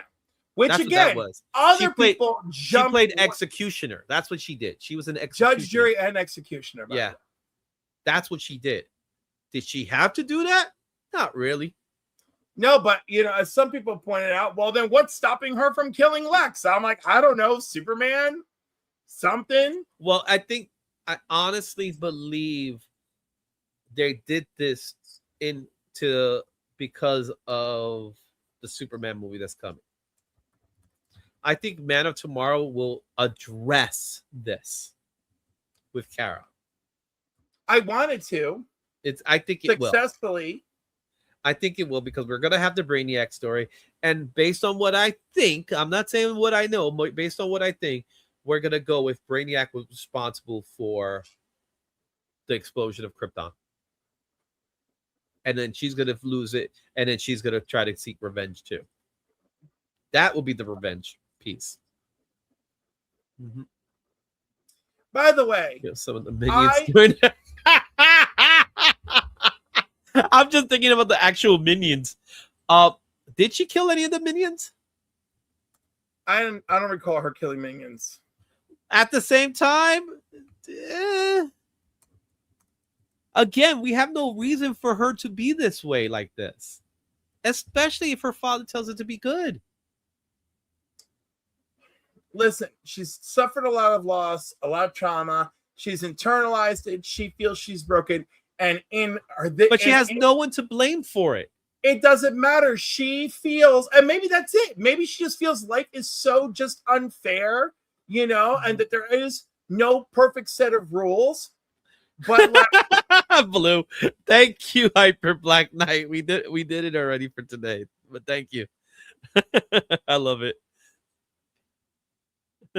About Hawkgirl. Oh yeah, about the Hawkgirl. I know. Yeah, but see, Hawkgirl murdering a world leader in that movie, at least instantly in that movie, you already saw people. You already saw Rick Flag and the other guy in a room. And it's Hawkgirl. You know, we don't know Hawkgirl's backstory like that, but we know Hawkgirl's capable of doing that kind of stuff. Well, to your parent. I'm just saying there was no reason for her to be that. Who listens to their parents? All right, guys. I think we talked enough. Please, when you get a chance, I am going to release this as a separate video. Make sure you go back, you know, you guys all that are watching or subscribe, but leave a comment. Do me a favor, leave a comment. Let me know what your thoughts on the movie was. You could go full spoiler. I don't care. I just want to hear what you guys got to say about it. Are we done, Cliff? Read my last comment.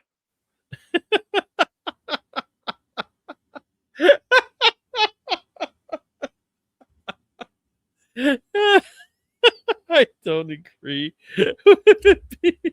You know, speaking of Elseworlds, we are going to get to that.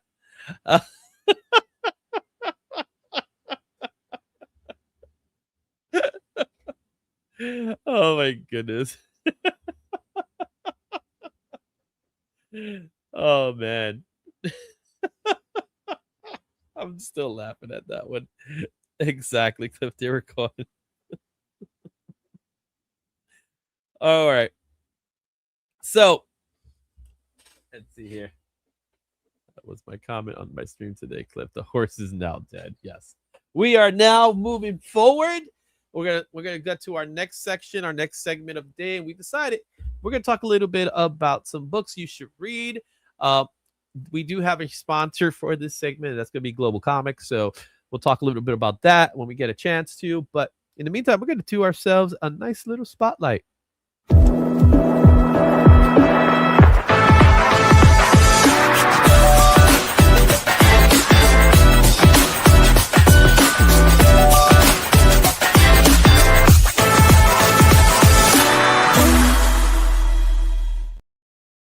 All right, it's time for a spotlight. We're going to be looking at 10 awesome Batman Elseworlds stories that you should read.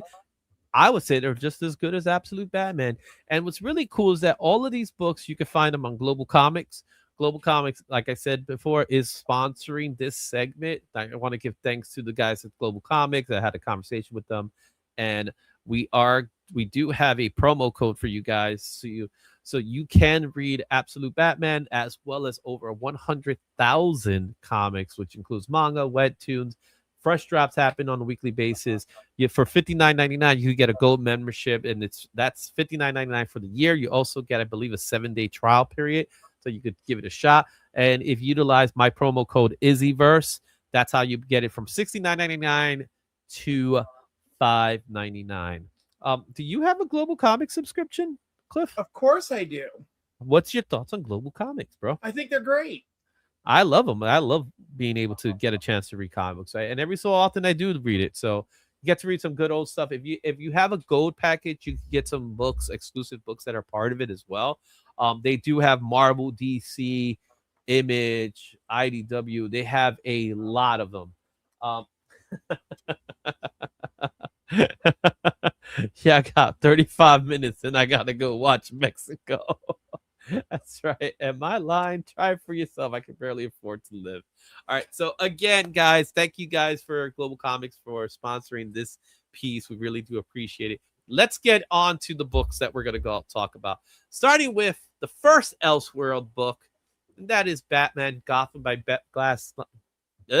Gotham by Gaslight. This is the very first Elseworld story. Period. Yes, it's the period. It's a period. It's a Victorian era Gotham City where Batman faces one of his most infamous serial killers, Jack the Ripper. This was also adapted into an animated series, which I liked a lot. I actually did like it. No, movie. I said right. series. I was gonna say, wait a second. Yeah, it was a movie. Written by Brian Austin. But more importantly, art by Mike Mignola. Done. And then I found out that P. Craig Russell did the inking, which is even more awesome to know. I didn't know he did inking. I love his work as a penciler already. And as you can see here, there is a QR code if you want to scan to read the story. Some of these are part of Gold. Some of these are not. If it's not part of Gold, then with a Gold membership, you're able to get a reduced price for this book. But if it's in the Gold package, you'll be able to read it on Gold. So what's your thoughts on Gotham by Gaslight?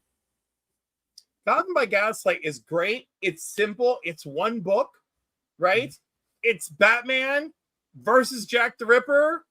I love it.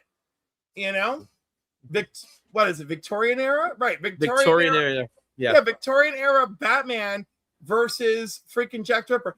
I'm not always crazy about Mike Mignola's art, but it works. Oh, it works incredibly well here, man. So, like, this was one of those. Like, I love all his work on Hellboy. Mm-hmm. I don't love all his DC work, but this is one where it absolutely shined. And yes, the colorist contributes a lot to the story. They're a great team on bringing the story to the page. Yeah. I personally love it. It was a story I read years ago, probably back in 1989 is when I read it. I love this take on Batman, and it was the start of many Elseworlds books that's to follow because it was the first. And when you look at Elseworlds, you really are looking at what if we put Batman in a certain setting? What if we put these characters in a certain setting? Batman was the big part of the Elseworlds series, but there were some other ones as well. However, Batman had far many more Elseworlds stories, and this is the first one. This is the one that kicked it all off. I want to see Elseworlds return. I think they should be an imprint. For example, I think the Batman movie, the current Batman movie, I think that should be considered an Elseworlds movie because that's what it is. You know what I mean? I think they should label it. I'm in agreement. There's people who've argued with me that that's nonsense and whatever. Yeah. But no, I really think it should just have an Elseworlds label and be like Elseworlds Batman, and like that could take place in its own thing. Honest to God, they're just talking a lot of smack. They're like, oh, this, that, the other thing. I'm tired. Focus on a Batman film for your DCU. I don't give a damn. I'm sorry. There's whatever the hell's going on over there. I'm real sorry about it. Make a DCU Batman movie. Well, there's discussion. They say they have an actor in mind already, but they haven't revealed it. Get it done because y'all are. This is a bad game to be playing. Anyway, that's the first book we'll look at. Let's go to our next book here in our list here. And that's going to go to Batman and Dracula, Red Brain. This is the start of really I believe it was a trilogy of stories where Batman is a vampire. So Kelly Jones, this is prime Kelly Jones. This is where you get the biggest bat ears, man. Originally came out in 1992. Dud Monique, but Kelly Jones is the star of the show to me, in my personal opinion. I think this is where he excels. It is awesome. Red Brain's the first one. You got Holy Terror. What's the last one? I'm trying to remember the name of the last one. If you remember what's the name of the last one, maybe Mark might remember it. I sent it to you. So it's Red Rain, Holy Terror, but I can't remember what's the last one within the Red Rain. I know. Bloodstorm. Yeah, Bloodstorm. Dude, it's horrific. It's bloody. It's Batman as a vampire. What more do you want? And then they keep bringing this Bats back, you know? Yeah, he always seems to make his triumphant return in some way because people love it. You know what I mean? You could kick and eat. Feel good through the bat ear. Yeah, but I personally love how Kelly Jones does Batman, because again, it's not just the bat ears, it's also how he does the cape as well. He makes the cape into it's more like a robe than a cape, if you know what I mean, right? And then when he utilizes it, he utilizes it to its fullest potential. Well, I was gonna say it starts becoming more and more tattered as his wings start to become a thing. Yeah. So that's what I love about the artwork, Yeah, Kelly Jones's artwork is fantastic. I love Kelly Jones. He's one of my personal favorites when it comes to that. All around, people are buying anything that says Absolute Batman. I'll be honest with you. So it doesn't matter what it is. All right, let's go to our next book. So this is Red Rain. Again, it's part of a trilogy. You can find all the other books as well. All right, our next book here was another fun one that came out in 1992. Oh, yes. It's Batman, the Blue, the Gray, and the Bat. This is set in the American Civil War.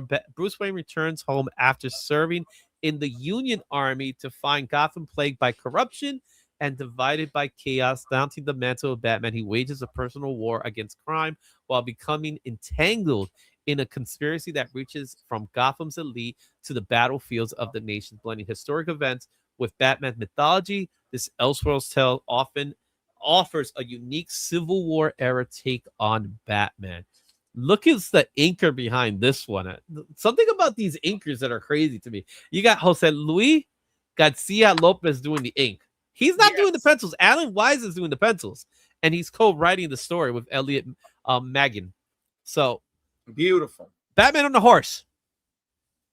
Yeah. Can't go wrong with Batman on the horse. And it's Civil War period, too. Well, fresh after the Civil War. Mm-hmm. So we got room to work with.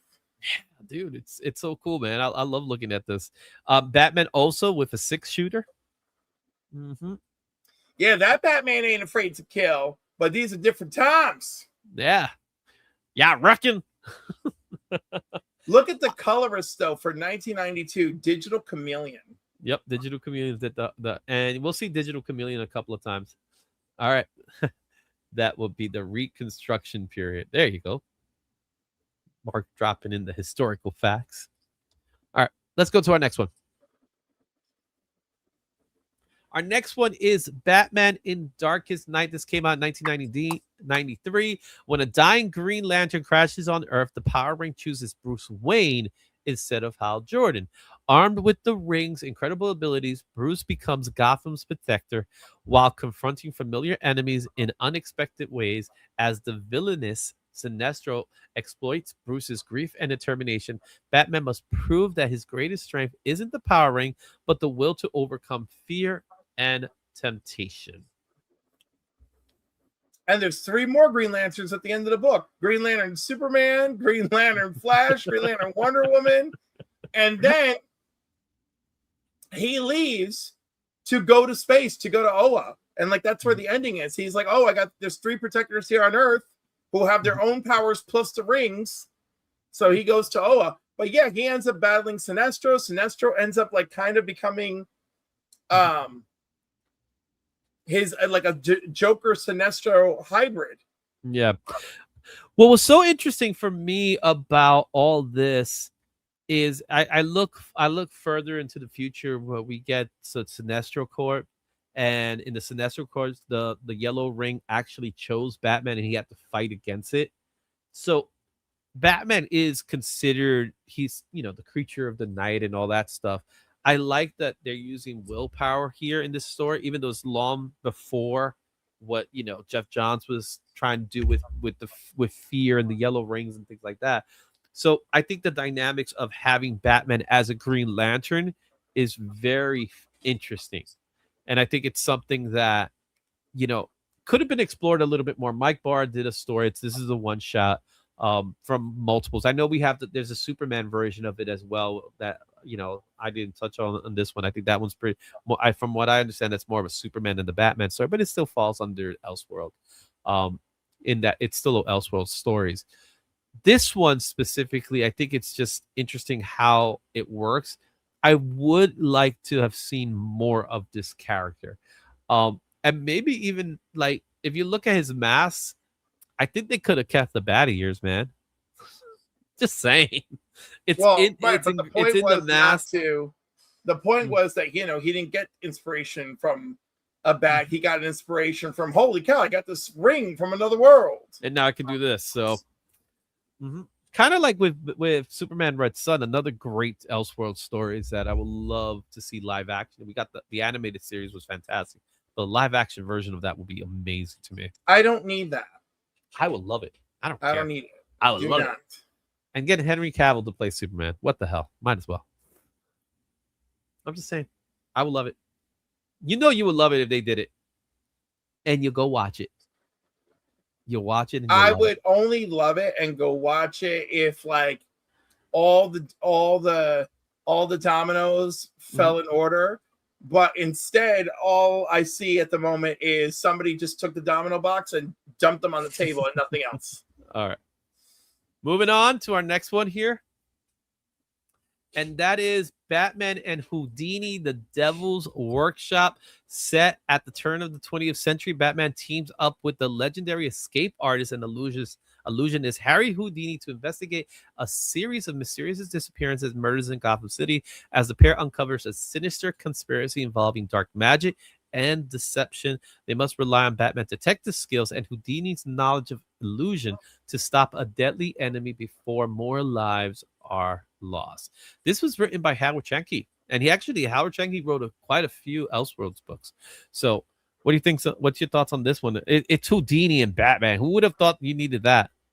Okay, again, didn't need it, but it's an Elseworld, and it was great. Yep, it's set in the late 20th century, so not late, early 20th century, so it's right on the turn of the 20th century. So not quite Depression era yet, but we're getting there. And first of all, the artwork by Mark Chiarello is phenomenal in this story. Just when you look at it, it's a lot of these are painted pieces. So that's the nice thing about this. And this is a prime example of a painted piece of work. And again, a singular book. Mm-hmm. Great read, great time. None of this over the top stuff we have now and multi issues and all of that. Mm-hmm. Yep. All right. Let's go to our next book in our list. And that goes to Batman Castle of the Bat from 1994, inspired by Mary Shelley's Frankenstein. This gothic Elseworld reimagines Bruce Wayne as a brilliant scientist determined to conquer death after witnessing the murder of his parents. His obsession leads him to create a powerful artificial being, but the experiment spirals out of control, unleashing a monster that threatens Gotham City. Blending classic horror with Batman's origin, Batman Castle of the Bat explores the consequences of grief, obsession, and playing God. This is written by Jack C. Harris, but art by another amazing painter from his time, Bo Hampton. Right. I was going to say, you went for another painted story, and it's awesome. Because this was in the 90s, when we had these Elseworlds, a lot of these were painted, and they're, we talk a lot. We love, Alex Ross is the GOAT. I'm not taking that away from Alex Ross. But there were so many of these guys during this time that people don't give credit to. That came before Alex Ross. You know what I mean? Bo Hampton is one of them.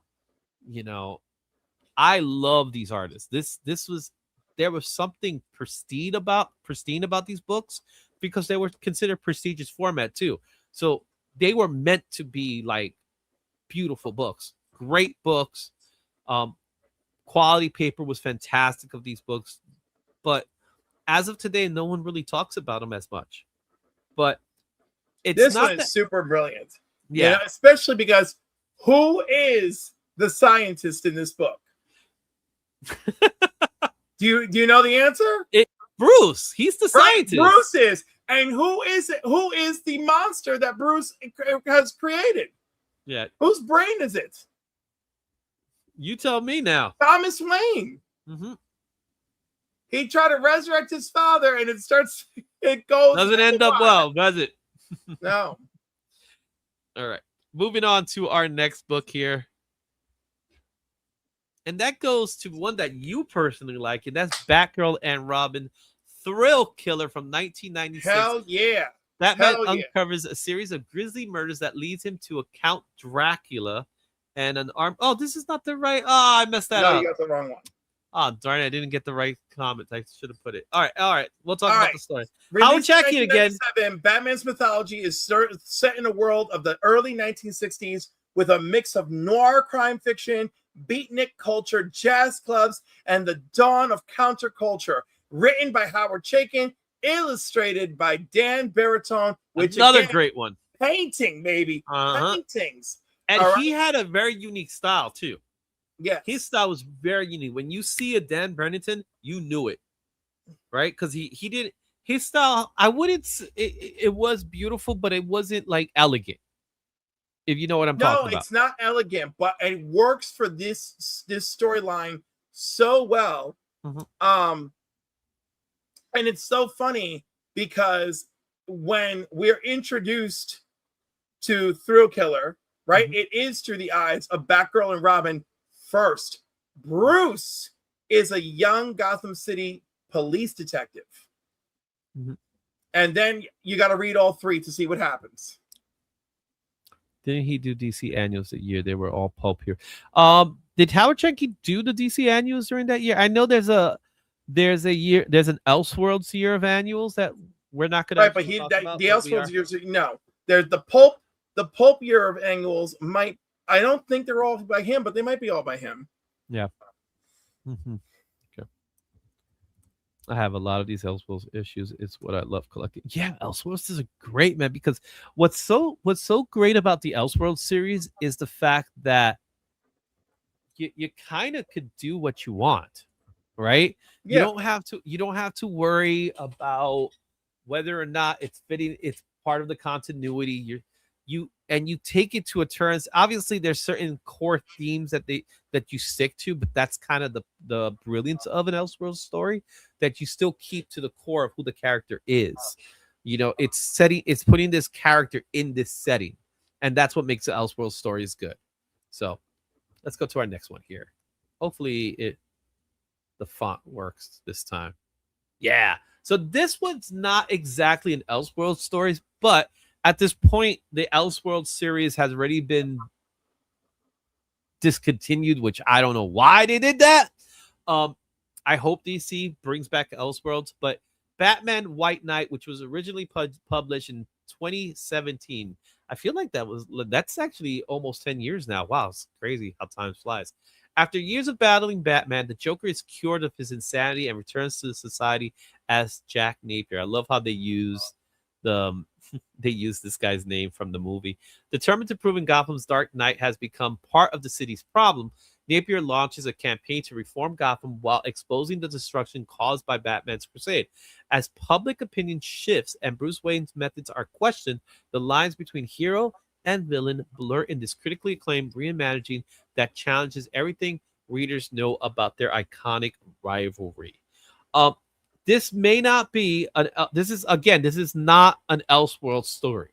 Right, but it's not an in continuity story. It's not in continuity. It eventually becomes a Black Label story. So when you think about Black Label kind of becomes Elseworlds in a weird way. I remember reading this and I was just like floored by how good it was. The art by Sean Murphy is great. I love his style. I also like how he rehabilitated Joker. And in this book, Joker really is a good guy. Yeah. Right? And Batman's not a villain, but of course, right, but Batman doesn't have a Joker. Right, Batman's not the villain, but Batman is definitely the antagonist. Yeah. I love Harley Quinn as well in this story. Harley Quinn does a great job to the point they even gave her own series. And of course, when it comes to the White Knight series, we end up getting more and more as we come. And they even went as far as creating Beyond the White Knight, where we end up getting a future version with Terry McGinnis and things like that. I personally think this is one of the best stories that's come out of the last 10 years as far as alternate versions of Batman. This is what Absolute Batman was in 2017. This would have been the Absolute Batman of 2017. If that's my comparison. This could have been that. Yeah, no, and in many ways it was. I know people who were looking for just this, you know. Yeah. At that time. Yeah. I mean, it gave us so much. I mean, we got this. We got Curse of the White Knight. White Knight Presents. Introducing Victor Von Fries. Oh, they milked it. They milked it. They definitely Batman milked it. Beyond White Knight. They definitely milked it, and I'm sure they'll probably do some more. Right? This story just continues, but Batman White Knight to me is one of my favorite stories. When I read it, I really did enjoy it a lot. You know, and I love the way he did Sean Murphy's concept art with the characters, how he made the costumes. I love Joker's costume when he's the Joker at first. He has the suspenders and all that, and yes. Batman has like he has that grizzled beard or something like that. It's a really good take. And you know, Volume 2 is a favorite of Mark's. Azrael's and yeah. So I got to get back to 2. All right. Then we have Batman Dark Ages. This is actually not that old. It came out back in 2024. It's set in an alternate timeline beginning in the 50s. Bruce Wayne's journeys to becoming Batman's unfolds alongside decades of American history as Gotham City changes through social and political upheaval.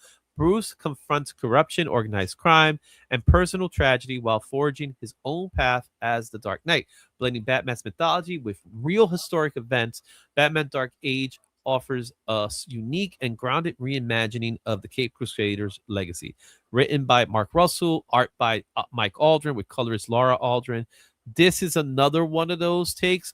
If you read Superman Space Age, it does pretty much the same thing, but in this one, it's utilizing Batman with amazing art by Mike Aldrin. And they do connect. It's all part of one connecting story. I like his choice of costume. That he almost feels like 1989 Batman to me. No, I feel like it's this careful blend of 66 and 89 Batman. Yeah, I think there is that. And again, you have that feels. Of course, it's historic events, so it's blending as if it was in the real world environment of things that happen. And yeah, anything Mike Aldrin does, I usually love. So I don't have a problem with anything he does. Mm-hmm. No, yeah, Adam West. I agree. Mm-hmm. All right. Here's another fun one, and it's Batman Earth 1. This came out in 2012. Remember when this was a big deal? The Earth 1 series? 1 was a big deal. Earth 1 was big. It was again another one, and I have the books. I have the Batman. I have Batman, Superman, and the Wonder Woman. I have the 3 of them. I even have the Titans one. They were hardcover books, so they were meant to be hardcover. It was Jeff Johns, Gary Frank. This was grounded reimagining of Batman's origin. Bruce Wayne is an inexperienced vigilante, still learning what it takes to become Gotham's protector. Guided by a battle-hardened Alfred Pennyworth, he investigates the conspiracy surrounding his parents' murder while confronting corruption at the highest level of the city. Batman Earth 1 presents a more realistic and vulnerable Dark Knight, offering a fresh take on one of comics' greatest heroes. What's interesting about this one, to me, is that it was meant to be it was their answer to an ultimate version of Batman, right? Earth 1 was meant to be the ultimate version. And again, that's why I put it on this list. Not an Elseworlds stories, but come on. Again, we utilize the term quite loosely here. It gave us a badass Alfred. It really did. Right? Catwoman, the weirdest Catwoman ever. But all these stories are good. I love the Superman story as well. Very different, but very much the same. He was like a younger Superman.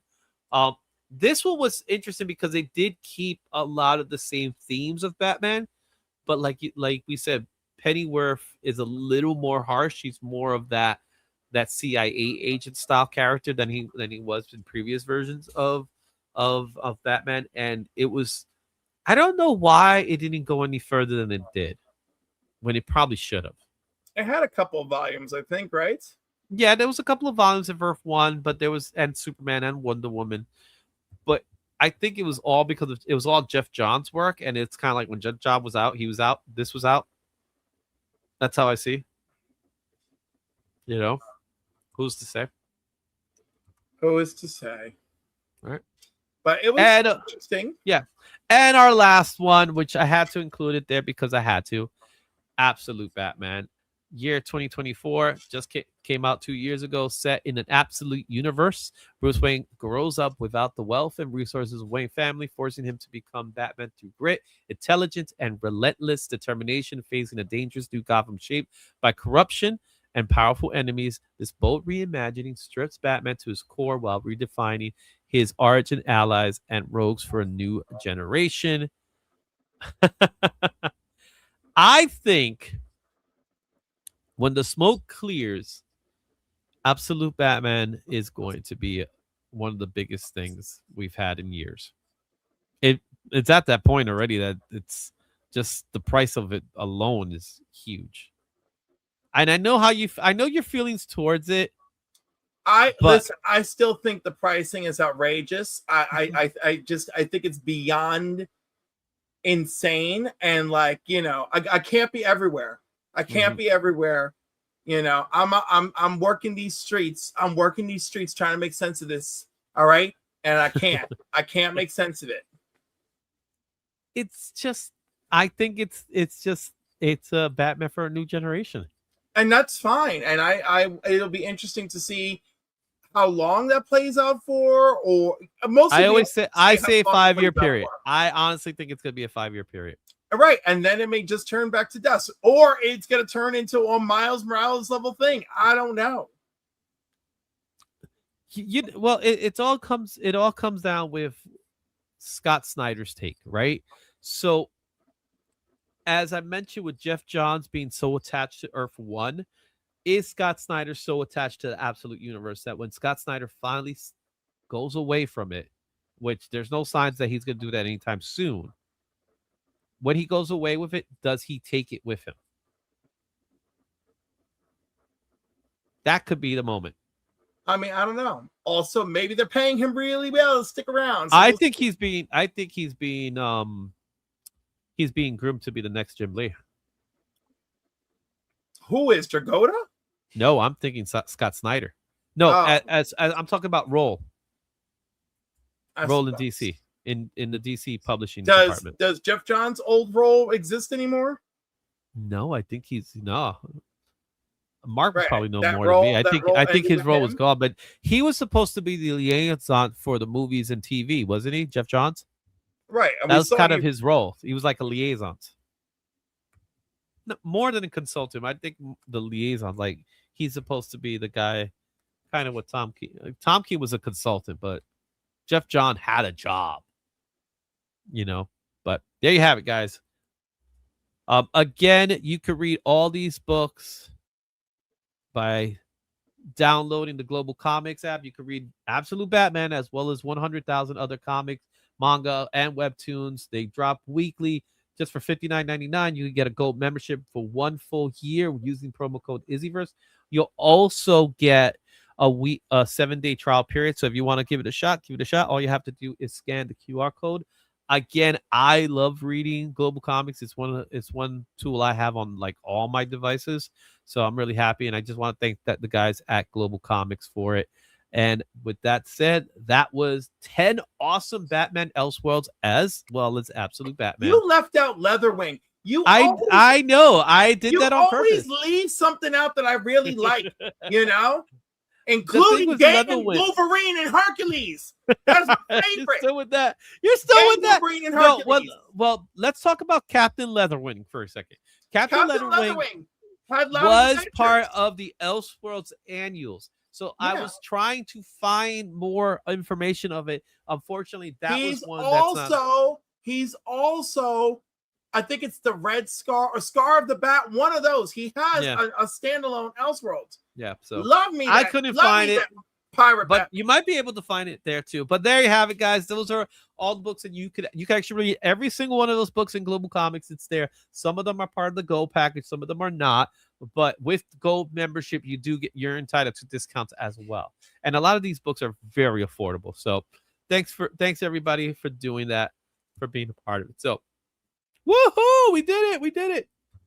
we are now time for our trending. We keep in mind, guys, we still have a duck race. We are going to have a duck race. So Let me tell hello, you. absolute sticker people. Let me tell you, Hyper Knight is counting on being in that duck race. Check this out. I'm concerned Snyder may stretch himself too thin once he starts this show running, John, for the animated series. That's a possibility. Go tell Global to give us $60 when we can. I cut that part out of the show. Well, they were a sponsor of the segment, so I just wanted to thank them for it. All right. We've come to the point of the show where we get to talk about what's the top trending comic books for the last week of June, the 5th week of June. What do you think's good? We're going to talk about Absolute Batman. It's quite possibly we are going to talk a little bit about Absolute Batman. So let's find out.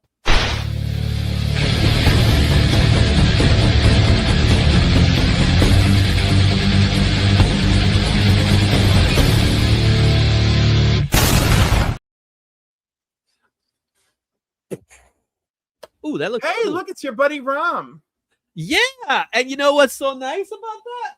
You finally got one. Shout out to Rob Fatstacks. He sent me a copy. The only thing and this is not his fault. This is not his doing.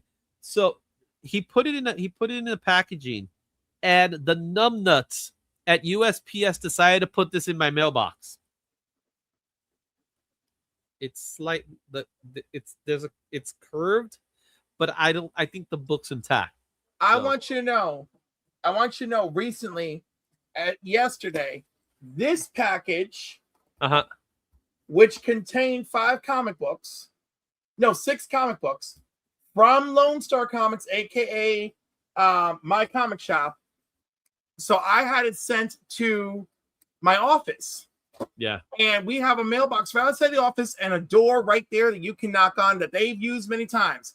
And because this was just thin enough, he tried to jam it in our mailbox. But thank God I work with good people.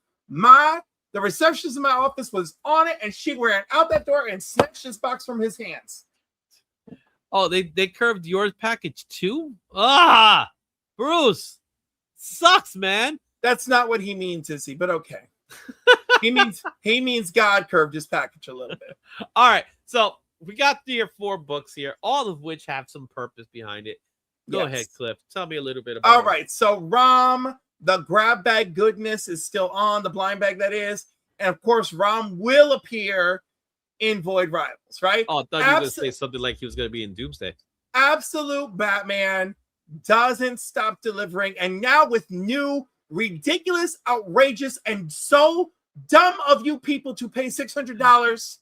It's $98 at least. All $600 people, I am so pissed at you because I don't believe it. I don't understand it. I can't. There's 250,000 copies of first printing. There's tons of these in 9.8s on the freaking CGC census. You people. There continues to be.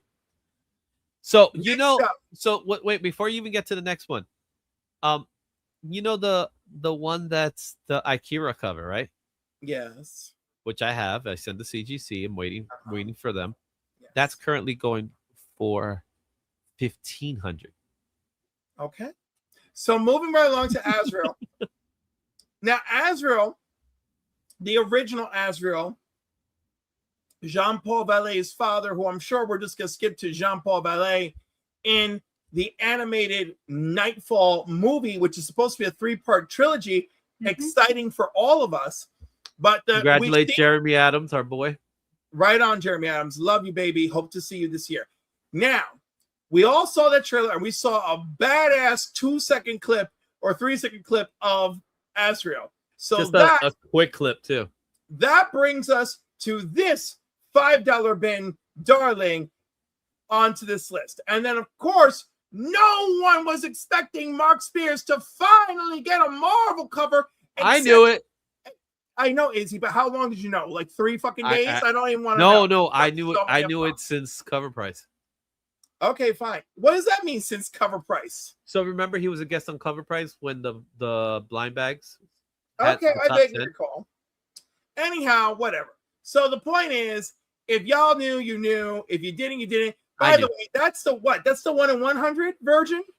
1 in 50. 1 in 50 virgin. There was a plain Jane cover for you to purchase. An A cover, whatever you call it. You know, there was a trade cover that you could purchase. That We'll talk about it.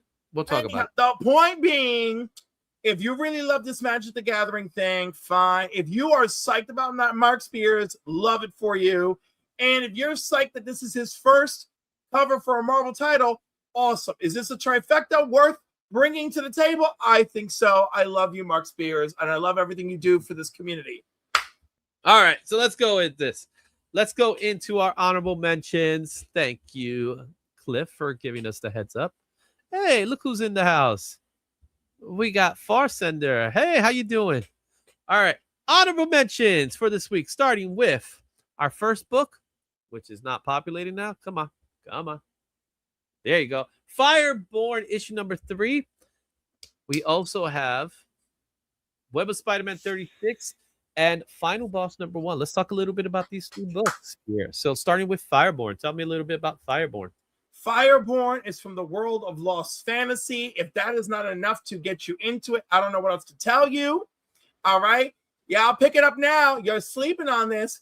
Pick it up now. Or the next thing you know, you're like, oh no, it's like Lost Fantasy. It's like this, that, the other thing. Oh no, I didn't get it. Oh no, I missed out on Invincible. Shut up. Go buy it. Get it now while you can. All right? While prices are still reasonable. Shut up. You just told everybody to shut up. Just the whining. If you're whining about it, shut up and go buy it. Web of Spider-Man first. That's not my name. That's not my name. Web of Spider-Man. Go ahead. 36.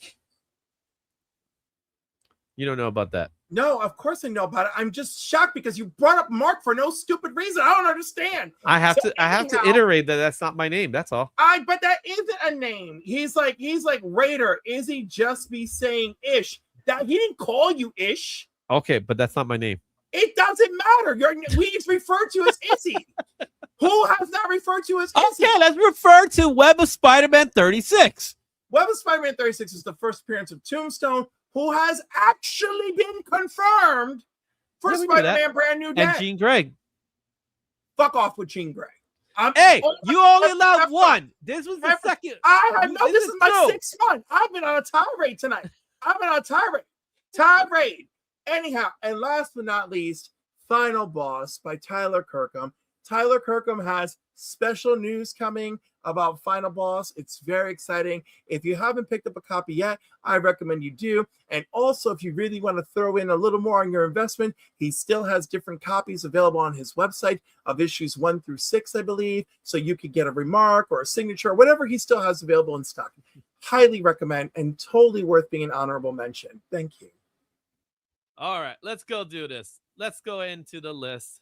That was your honorable mentions. Let's start it. Thank you, off with number 10. Coming in at number 10 this week, it goes to Absolute Batman 2024, not 2025 annual. Is it 2025 annual? Yeah, 2025 annual. I'm corrected. I corrected myself. 2025 annual, featuring the art by Daniel Warren Johnson, written by Daniel Warren Johnson. It did come out. My clicker's not clicking now. That sucks. $38 near mint was the last recorded sales value. $36 is the most common value. $91.09.8. As far as the trending list goes, it came in number 7 for cover price. 7 days, 16 sales. 30 days, 42 sales. We have a hype level of a low, but this is connected to the whole Absolute Batman trend that we're going to start seeing a little bit more. And of course, Cliff has to say it, Batman battling bigots. Yeah. Normalize not numbering annuals, number 1. Well, that's how you see the number. It's right there. It says annual number 1. Why? I don't know. It is the actual Absolute Batman annual number 1 for real. It's not like, Absolute Batman like volume 12 annual number 1. Yeah, it's annual number 1, even though we don't have an annual number 2. So I don't know. Just go to DC. Well, you know what? It's hard to follow greatness. It's a great book. I love it. It's a fun book, and you said it best, right? Yep, So, absolutely. all right, I loved it then, and I love it now. it's a cool cover too, man. I have every printing of it. I have every Yeah. printing. Mhm. Yeah. And 2026 is gonna be annual number 1.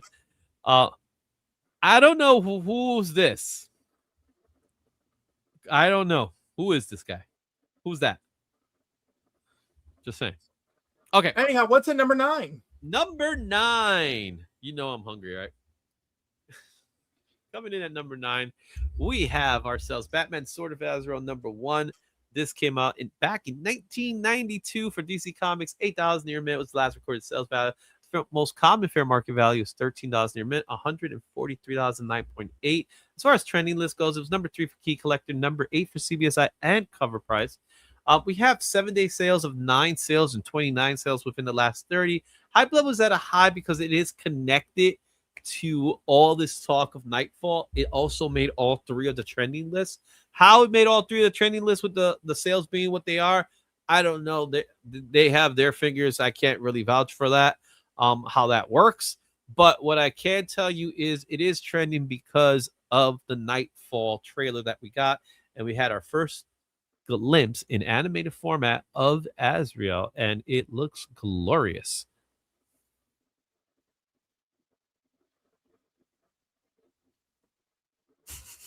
I mean, I said everything I have to say about this. That is true.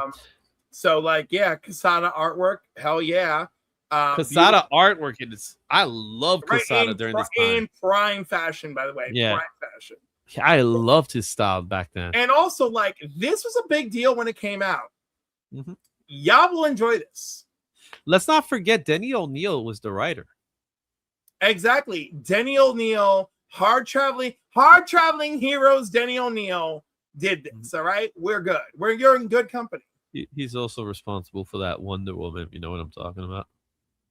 Listen, everybody has mistakes, and some of them are bigger than others. But at least he got this right. Yeah, exactly. All right, let's go into number 8 in our list, and that's gonna go to Absolute Batman number 20, another Daniel Warren Johnson cover, but Felix comic art wraparound, limited to 1,000 copies. This came out just recently for DC Comics. Last recorded sale was $250 in a near mint. This averages at $226 near mint. As far as trending list goes, it was number 4 for Cover Price. We have 12 sales within the last 7, 30 sales within the last 30. Hype level of this one is at a medium. I talked a little bit about this book yesterday, and unfortunately, I had to talk about it twice with Felix comic art. But what do you think Felix comic art is doing that is making their books go for the crazy prices they're going? I don't know. I'm over it, but and I don't mean like them. I mean like I'm over everybody and their covers. Even though I still want to do one for myself, so I hear my hypocrisy. But yeah, like obviously they pay good money for these artists. They do a limited release. I am under the impression that they stick rigidly to their drop schedule. Mm-hmm. Yeah, they're also limiting it as well. You can't buy multiple copies of this book. That's something. But what's interesting enough is that whenever they drop something, whether it being a Daniel Warren Johnson, whether it being a Dragotta, whether it being a Dan Quintana or anybody that's under their umbrella, I think Heavy Mental is Dan Quintana, but they just sell for these ridiculous prices, and then they go into Whatnot and they sell just as high. So there's this massive demand for these books.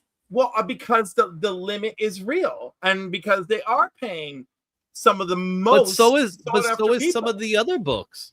Right, so is some of the other books. Yeah, but Izzy, they do repetitiveness. The books don't have something special about them, you know. Not a traditional, so they have a strong following. Yeah, that I know. I imagine that Felix Art is paying top dollar for the artwork. Oh yeah, and because they also get the original art too. Right. So, So I mean, a lot of people walk away with the original art, but I'm saying they are getting, but they also better sell the pieces and original art. average. They're the ones selling the original art. That's why it's called comic art. Yeah. Now, It's of not just the course, comics. Mark, who was it who had predatory prices? I know. Remember, they had those Power Rangers, and those Power Rangers like started at $50, and you said they were predatory. Remind me of who that was. Right. I will say, Absolute Batman number 20. What's up, Jeff? Well, actually, you know what's funny? Mhm. According to their website, this one is still available for pre-order. Oh, interesting. But there's multiple. There's another copy. This is not the only copy. Right. Maybe it's something else. There's a Virgin. I know that much. Right. It's not a Virgin. It looks nearly identical to this. So I don't know. Interesting. But interesting to know. Felix is who sells the original art from DWJ. Yeah. Etc. Yeah, he is. He does. He's there. He sells their original pieces too. All right. Let's move on to number 7 in our list. Coming in at number 7 is Dungeon Crawler Carl #1, the free comic book day edition. This book is still pretty hot from Vault Comics. $7 near mint, last recorded. $10 near mint. The 9.8s are starting to trickle in now. We have $90 for 9.8. As far as trending list, it's number 2 for Key Collector, number 7 for CBSI. 7-day trend, we got 11 sales within the last 30 days. 75 sales within the last 30. Hype level of Dungeon Crawler Carl #1 is at a medium. Have you started reading the books yet, or at least listening to the audio? I'm doing the audiobooks, and I am loving it. Uh-huh. And I gotta tell you, this is such a great crossover medium, right? Mm-hmm. It's like Dungeon Crawler Carl book lovers who didn't know they were gonna love comic books, and then like comic book people who didn't know they were gonna love books. Yeah, Brett Or Green had a audiobooks. lot to say to that. Right. He was talking a little bit about that too. I feel this was such a great crossing of the streams in a positive way. I love it. Mm-hmm. Yeah, I know there's people in our community that are really into it right now. I know Beckerman has been like nailed to Dungeon Crawler Carl. I believe Alan as well. So there is this sense of popularity from this story as well, and they are adapting to comic books. Thanks to everybody involved. So the audiobooks, they has one person doing the audiobooks, and he's great. just doing an amazing job. So I've read a little bit of the webcomic, and the webcomic's fun too. So I don't have anything bad to say about any of it because I love it. All right, moving on to our next book and number 6 in our list, and it has to go to Captain America 12, the Mark Spears Magic the Gathering variant. This is the open order one that came out from Marvel Comics last week. This book has a $5 sales value. However, it's averaging out at about 11. We see it on cover price. It came in number 2, and the 7-day, 30-day sales is 23 sales within the last 7, 34 within the last 30 days. Hype level is at a high. All right, let's talk about some Mark Spears, because this is the Magic the Gathering cover. Yes. So again, it's still his first Marvel print. It's a beautiful cover. It's too bad there isn't a card in the set to go with this, so people can go crazy for matching them up. Imagine. I think that the day will come. So this was labeled as classified, and not a lot of people knew it was coming. So there was isn't it funny? Whenever I see a book labeled as classified, I'm like, I want it. I want it. Yeah. You become that guy? Yeah, no, whenever I catch it, I'm like, I want that. And then again, there's certain things I don't need to have, like the Punisher cover with what's his face. I know what you're talking about. Yeah, I didn't need to have it. I didn't have to go out of my way, and I'm fine with it, Mm-hmm. Now, of course, would I've been a little more upset with myself if it turned into a $400 book, and I'm like, man, I didn't even grab one. I could have made some money. I mean, sure, I could be a little bit of that, but yeah. Overall fine. I just think it was interesting that they decided to do this with Mark Spears' first cover, that they turned into a Magic the Gathering card. I'm just curious what his thoughts were with that. Like, I don't know how he feels about Magic the Gathering or anything like that, because obviously the cover he did has nothing to do with Magic the Gathering. It's just they're utilizing it for Magic the Gathering. Yeah, he may or may not know about it. Yeah. Oh, but I'm sure he did or didn't have a say about it anyway. I'm sure he didn't have a say on it because it is his first cover. And then to label it a Magic the Gathering, I don't know if it helps or hurts it. Well, I think the Magic the Gathering covers have been doing well, so I'm going to say it helps. Yeah, but was it necessary? Did it have to be a Magic the Gathering cover? That's what I'm saying. Well, maybe I don't know if he did or didn't know. But I don't think it's going to be a big deal to him one way or the other. Yeah. So it still is what it is. So Bruce is saying he has some Magic cards coming with more Marvel art. There we go. Interesting. All right, let's go into number 5. Coming in at number 5 in our list here is going to go to the other cover, the 1 in 50 Captain America number 12. This is Mark Spears Magic the Gathering Virgin variant. 2026 from Marvel Comics. $255 near mint was the last recorded sales value. However, the most common is $235. As far as trending list, it was number 3 for CBSI, number 1 for cover price, 7-day, 30-day, 10 sales within the last 7, 20 within the last 30. Hype level is at a high. I'll tell you this much. On Wednesday, when I saw this, I said, I am buying this book because Midtown had it for $25. And I was with DJ. I tell DJ, I'm buying this book. And he said, you're buying it? It's like, yeah, it's Mark Spears' first book. So at first he was going to pass up it. And then he was like, yeah, let me get it. And we bought the only 2 copies in Midtown Comics Times Square. Okay. And look what it's going for now. Oh yeah, $255. That's nice. Yep. It's a 1 in 50. So why they were selling it for $25 beats me. They probably didn't think it was gonna pop. Yeah. Sorry, Nerdy Geek. That's not going in the giveaway. If I had the second one, maybe I would have, but I don't know about this one. No, I'm keeping my copy. I'm actually sending it out. Have you sold yours yet? No, I have my copy. So I'm actually planning on sending it to CGC. I like the idea of having his first cover. You know what I mean? So it's a good cover. Yeah, his first Marvel cover. It's a great cover, man. I love his use of colors in this one as well. His Hulk looks solid. His Iron Man's a little bit. It's in the background, so I want to see a little bit more closer. Midtown does that when the print runs are larger. Well, they do that, but I don't think they bought that many Captain Americas. You know what I mean? Again, them being the direct enmeshment of a distributor, I feel like they have access.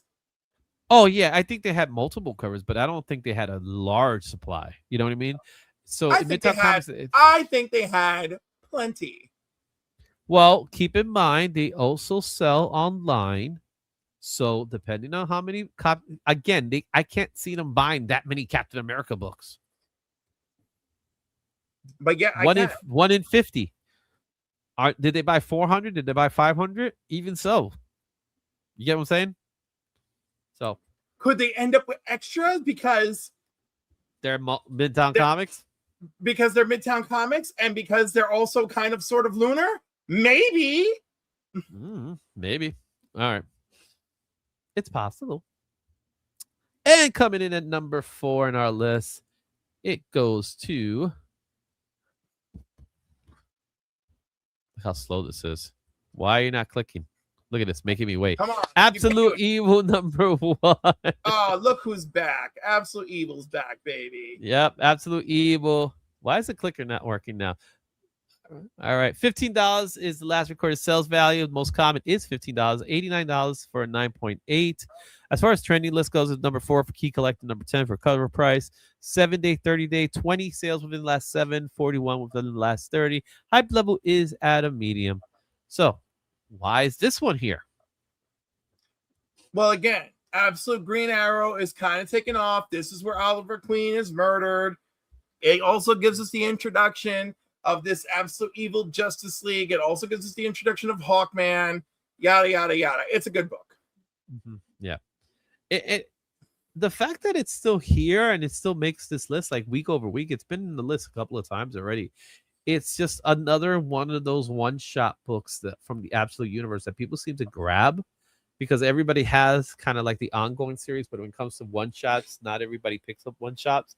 But the fact that this one, like you said, Green Arrow, Hawkman, everything that goes along with it, then that's why people go back to this book. It's kind of like with DC All-In Special, where it's the first appearance of all these characters, but no one sees the same price value. I keep wondering if the Absolute Green Arrow is also the Spectre, because that book is wild.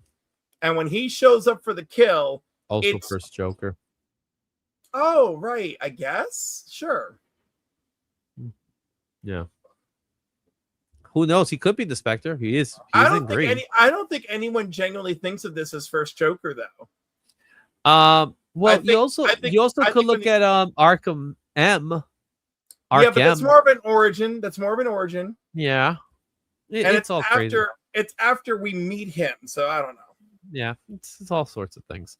All right, let's go into our next book in number 3 before because we got to get to a duck race today. Coming in at number Batman 497, Breaking the Bats, that came out in 1993. Another Kelly Jones goodness here. $10 last recorded sales value. Most common is $10, $97 for a 9.8. Number 9, a key collector. Number 6 is CBSI. And we have 25 sales within the last 30 sales. 30 days, we have 73 sales. Hype level is at a medium for this one. I've always loved this cover. I've always liked that little half paper thing that they used to do with these covers. Why they did it, I don't. So they wouldn't have to damage the original artwork, I guess. Yeah, I think so. Part of it. But what's your thoughts on Kelly Jones's artwork here? He used to do these covers. They were crazy. Look at this Bane. That cover is memorable. It is on my wall back there. So I think it's great. Bane's, he's like Brock Lesnar. And it is a great cover. It's like, yo, he is breaking that bag. Bernie Wrightson would be happy. I would hope. You know what I'm saying? All right. Coming in at number 2, we're down to our last 2 books here. And the last one, number 2, is ROM number 1. This is the Lorenzo de Felix. Is Felici or Felix? Mass blind bag for secret variant. Image Comics, $25 last recorded sales value. Most common is $29. So it actually dropped from 40 to 30. As far as trending goes, number 5 for CBSI. It was actually number 20 for cover price. 7-day, 30-day sales. We got 37 sales within the last 7. But this is how it went to number 2. 513 copies sold, which puts it at a hype level at the high. That's why this book is at number 2. Also, that's a lot of sales, bro. That is a lot of sales, but it lets you know. It lets you know. Lets you know that ROM is popular and people like the ROM. All right. And I enjoyed it very much. I'm happy I pulled one. Okay. You ready for number 1? Yes. You know what's number 1. Go ahead. Say it out loud. Is it Absolute Batman? How could it not be Absolute I Batman? gotta say, I was like, we can't. The thing, what's so funny is we talk so much about Absolute Batman. I'm like, did we do it already? Like, Absolute Batman number 1 from DC Comics. $474 and 9.8 was the last recorded sales. However, the most common is $345 and near mint $590. We're gonna hit $600 at a 9.8 for this book. As far as trending list goes, it was number 1 for key collector, number 1 for CBSI, number 6 for cover price. 7-day sales. Wow, 144 sales, 314 within the last 30. Hype level was at a high.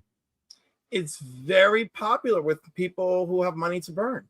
It's really good. I don't think it has people that has money to burn. I think it's people that just want to have it. Listen, Izzy. I don't think they have money to burn. I think people want to have it. I think it's people with disposable income that are willing to spend that and money. don't be disposable income is money to burn. No, this is the epitome of what a spec book is. This book right here. Because I guarantee you the people that are buying this book are not people that have money. They're people that are willfully spending the money for this book. Which is worse. But they're spending the money. I know, but like that's terrible. I don't feel good. Is it going to be a modern age blue chip key? Maybe, but again, I think it's leading towards it. Only if my second prediction comes true and it turns out to be a Miles Morales thing, where we will always have an absolute Batman in existence and circulation. It's only 2 years old, man. It's only 2 years old. Yeah, no, this is too hot, too fast. It's sending me all the wrong signs. That's it.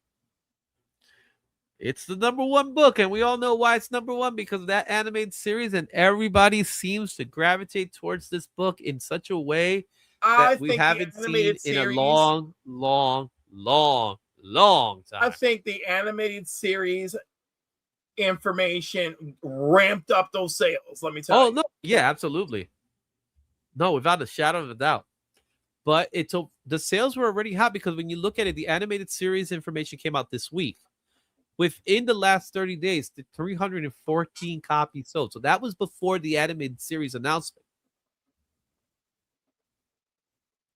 You know what I'm saying? It's probably going to be #1 next week. Doesn't change the thing. 144 of those 314 sales were in the last 7 days. I have thoughts. Oh yeah, it's wild. And there you have it, guys. That is the list for this week. Tell me what you think. Which books do you have? Share your thoughts in the comments. And make sure to stay tuned for next week. The Absolute Batman, will it return? Will we get Captain America 12 back? Who's to say? All we know is that we're about to get ready for a duck race. Yay! So, someone did ask the question in the chat, and that was John. How do we get in the duck race? So, Cliff, while I start preparing this duck race, can you kindly share with them if you made a super chat anytime this month, you get in the duck race. If you're a member of the channel, you're in the duck race. Can you stack up your ducks? Apparently you can. Yes, you can. Yeah. So, those are all the ways you're in the duck race, and it's a beautiful thing. It's a beautiful thing. So now I'm just going to get the rest of the folks that did their super chats today. So again, if you become a channel member, you can be part of the duck race. And I want to thank everybody that left a super chat. They're part of the duck race as well. So I'm getting all those names in there right now so that we could do that. At the moment, it looks like we have just under 50 names in the duck race. Yep, that's what we have. We have 47 people in the duck race at the moment. That includes channel members as well. So if you want to be part of the duck race, this is your last chance to be part of the duck race. You can leave either a super chat or become a channel member. If we get that information by then I will add you to the duck race. So let me get to good luck, everybody. Ducks galore. Yay, duck race. All right. Cliff, let the world know what's going on in your world. Tomorrow night, you can join me over Look at Take It, and I'm freaking super chatting right now.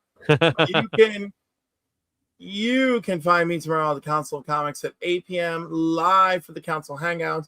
At 9 p.m., you can find me over on Sector 285. Mark wants a duck.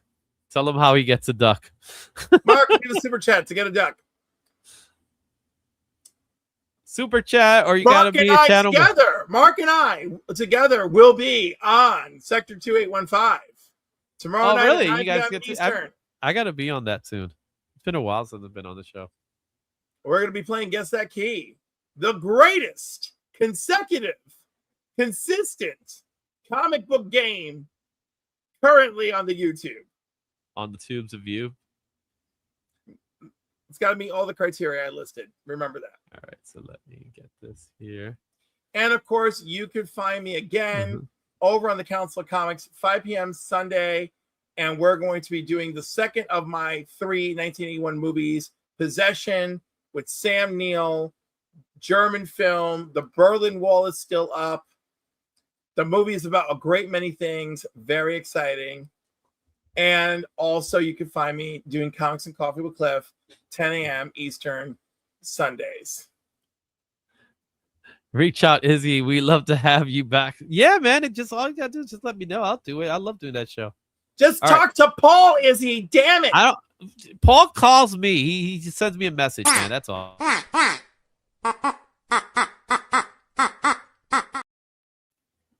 Duck race.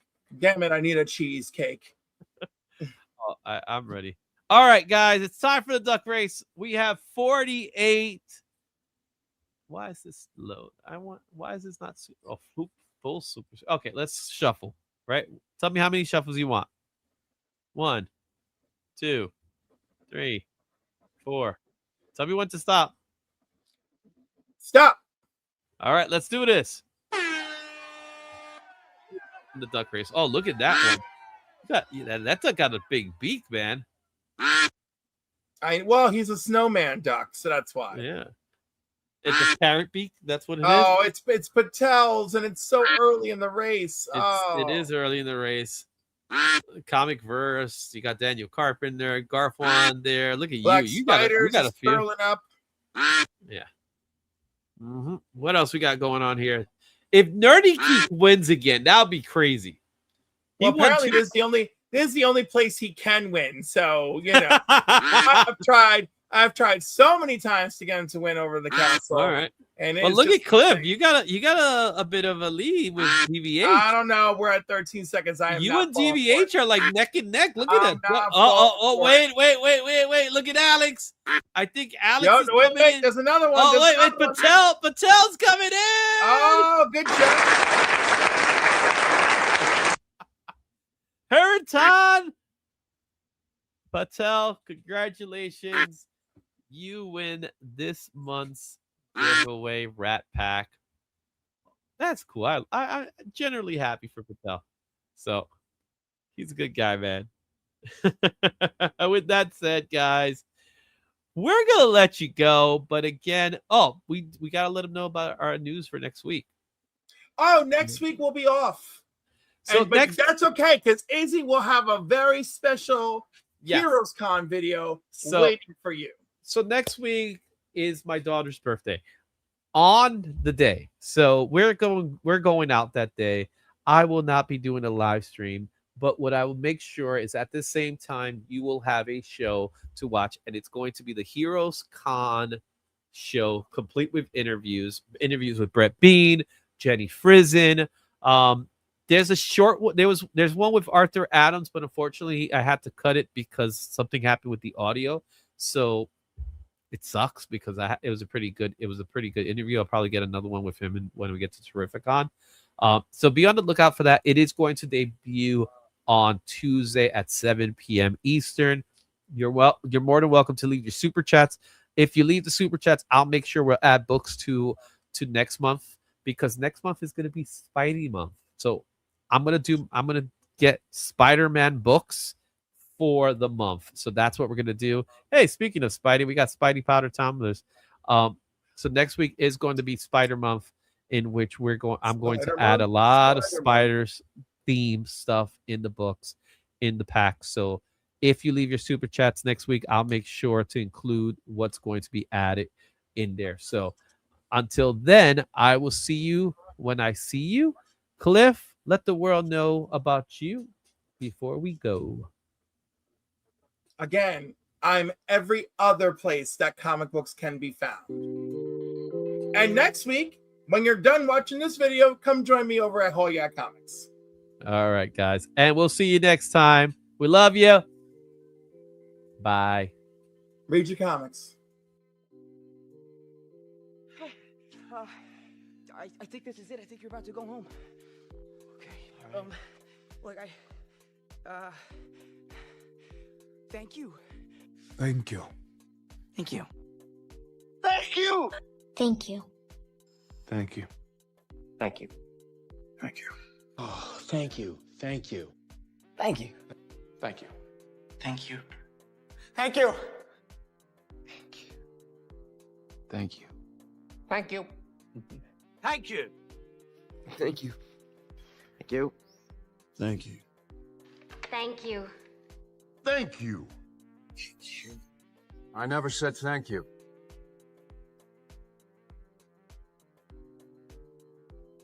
And you'll never have to.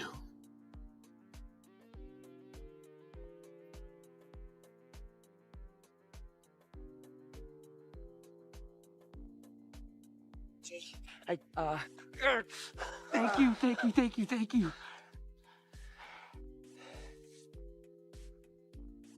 I guess I'll see you.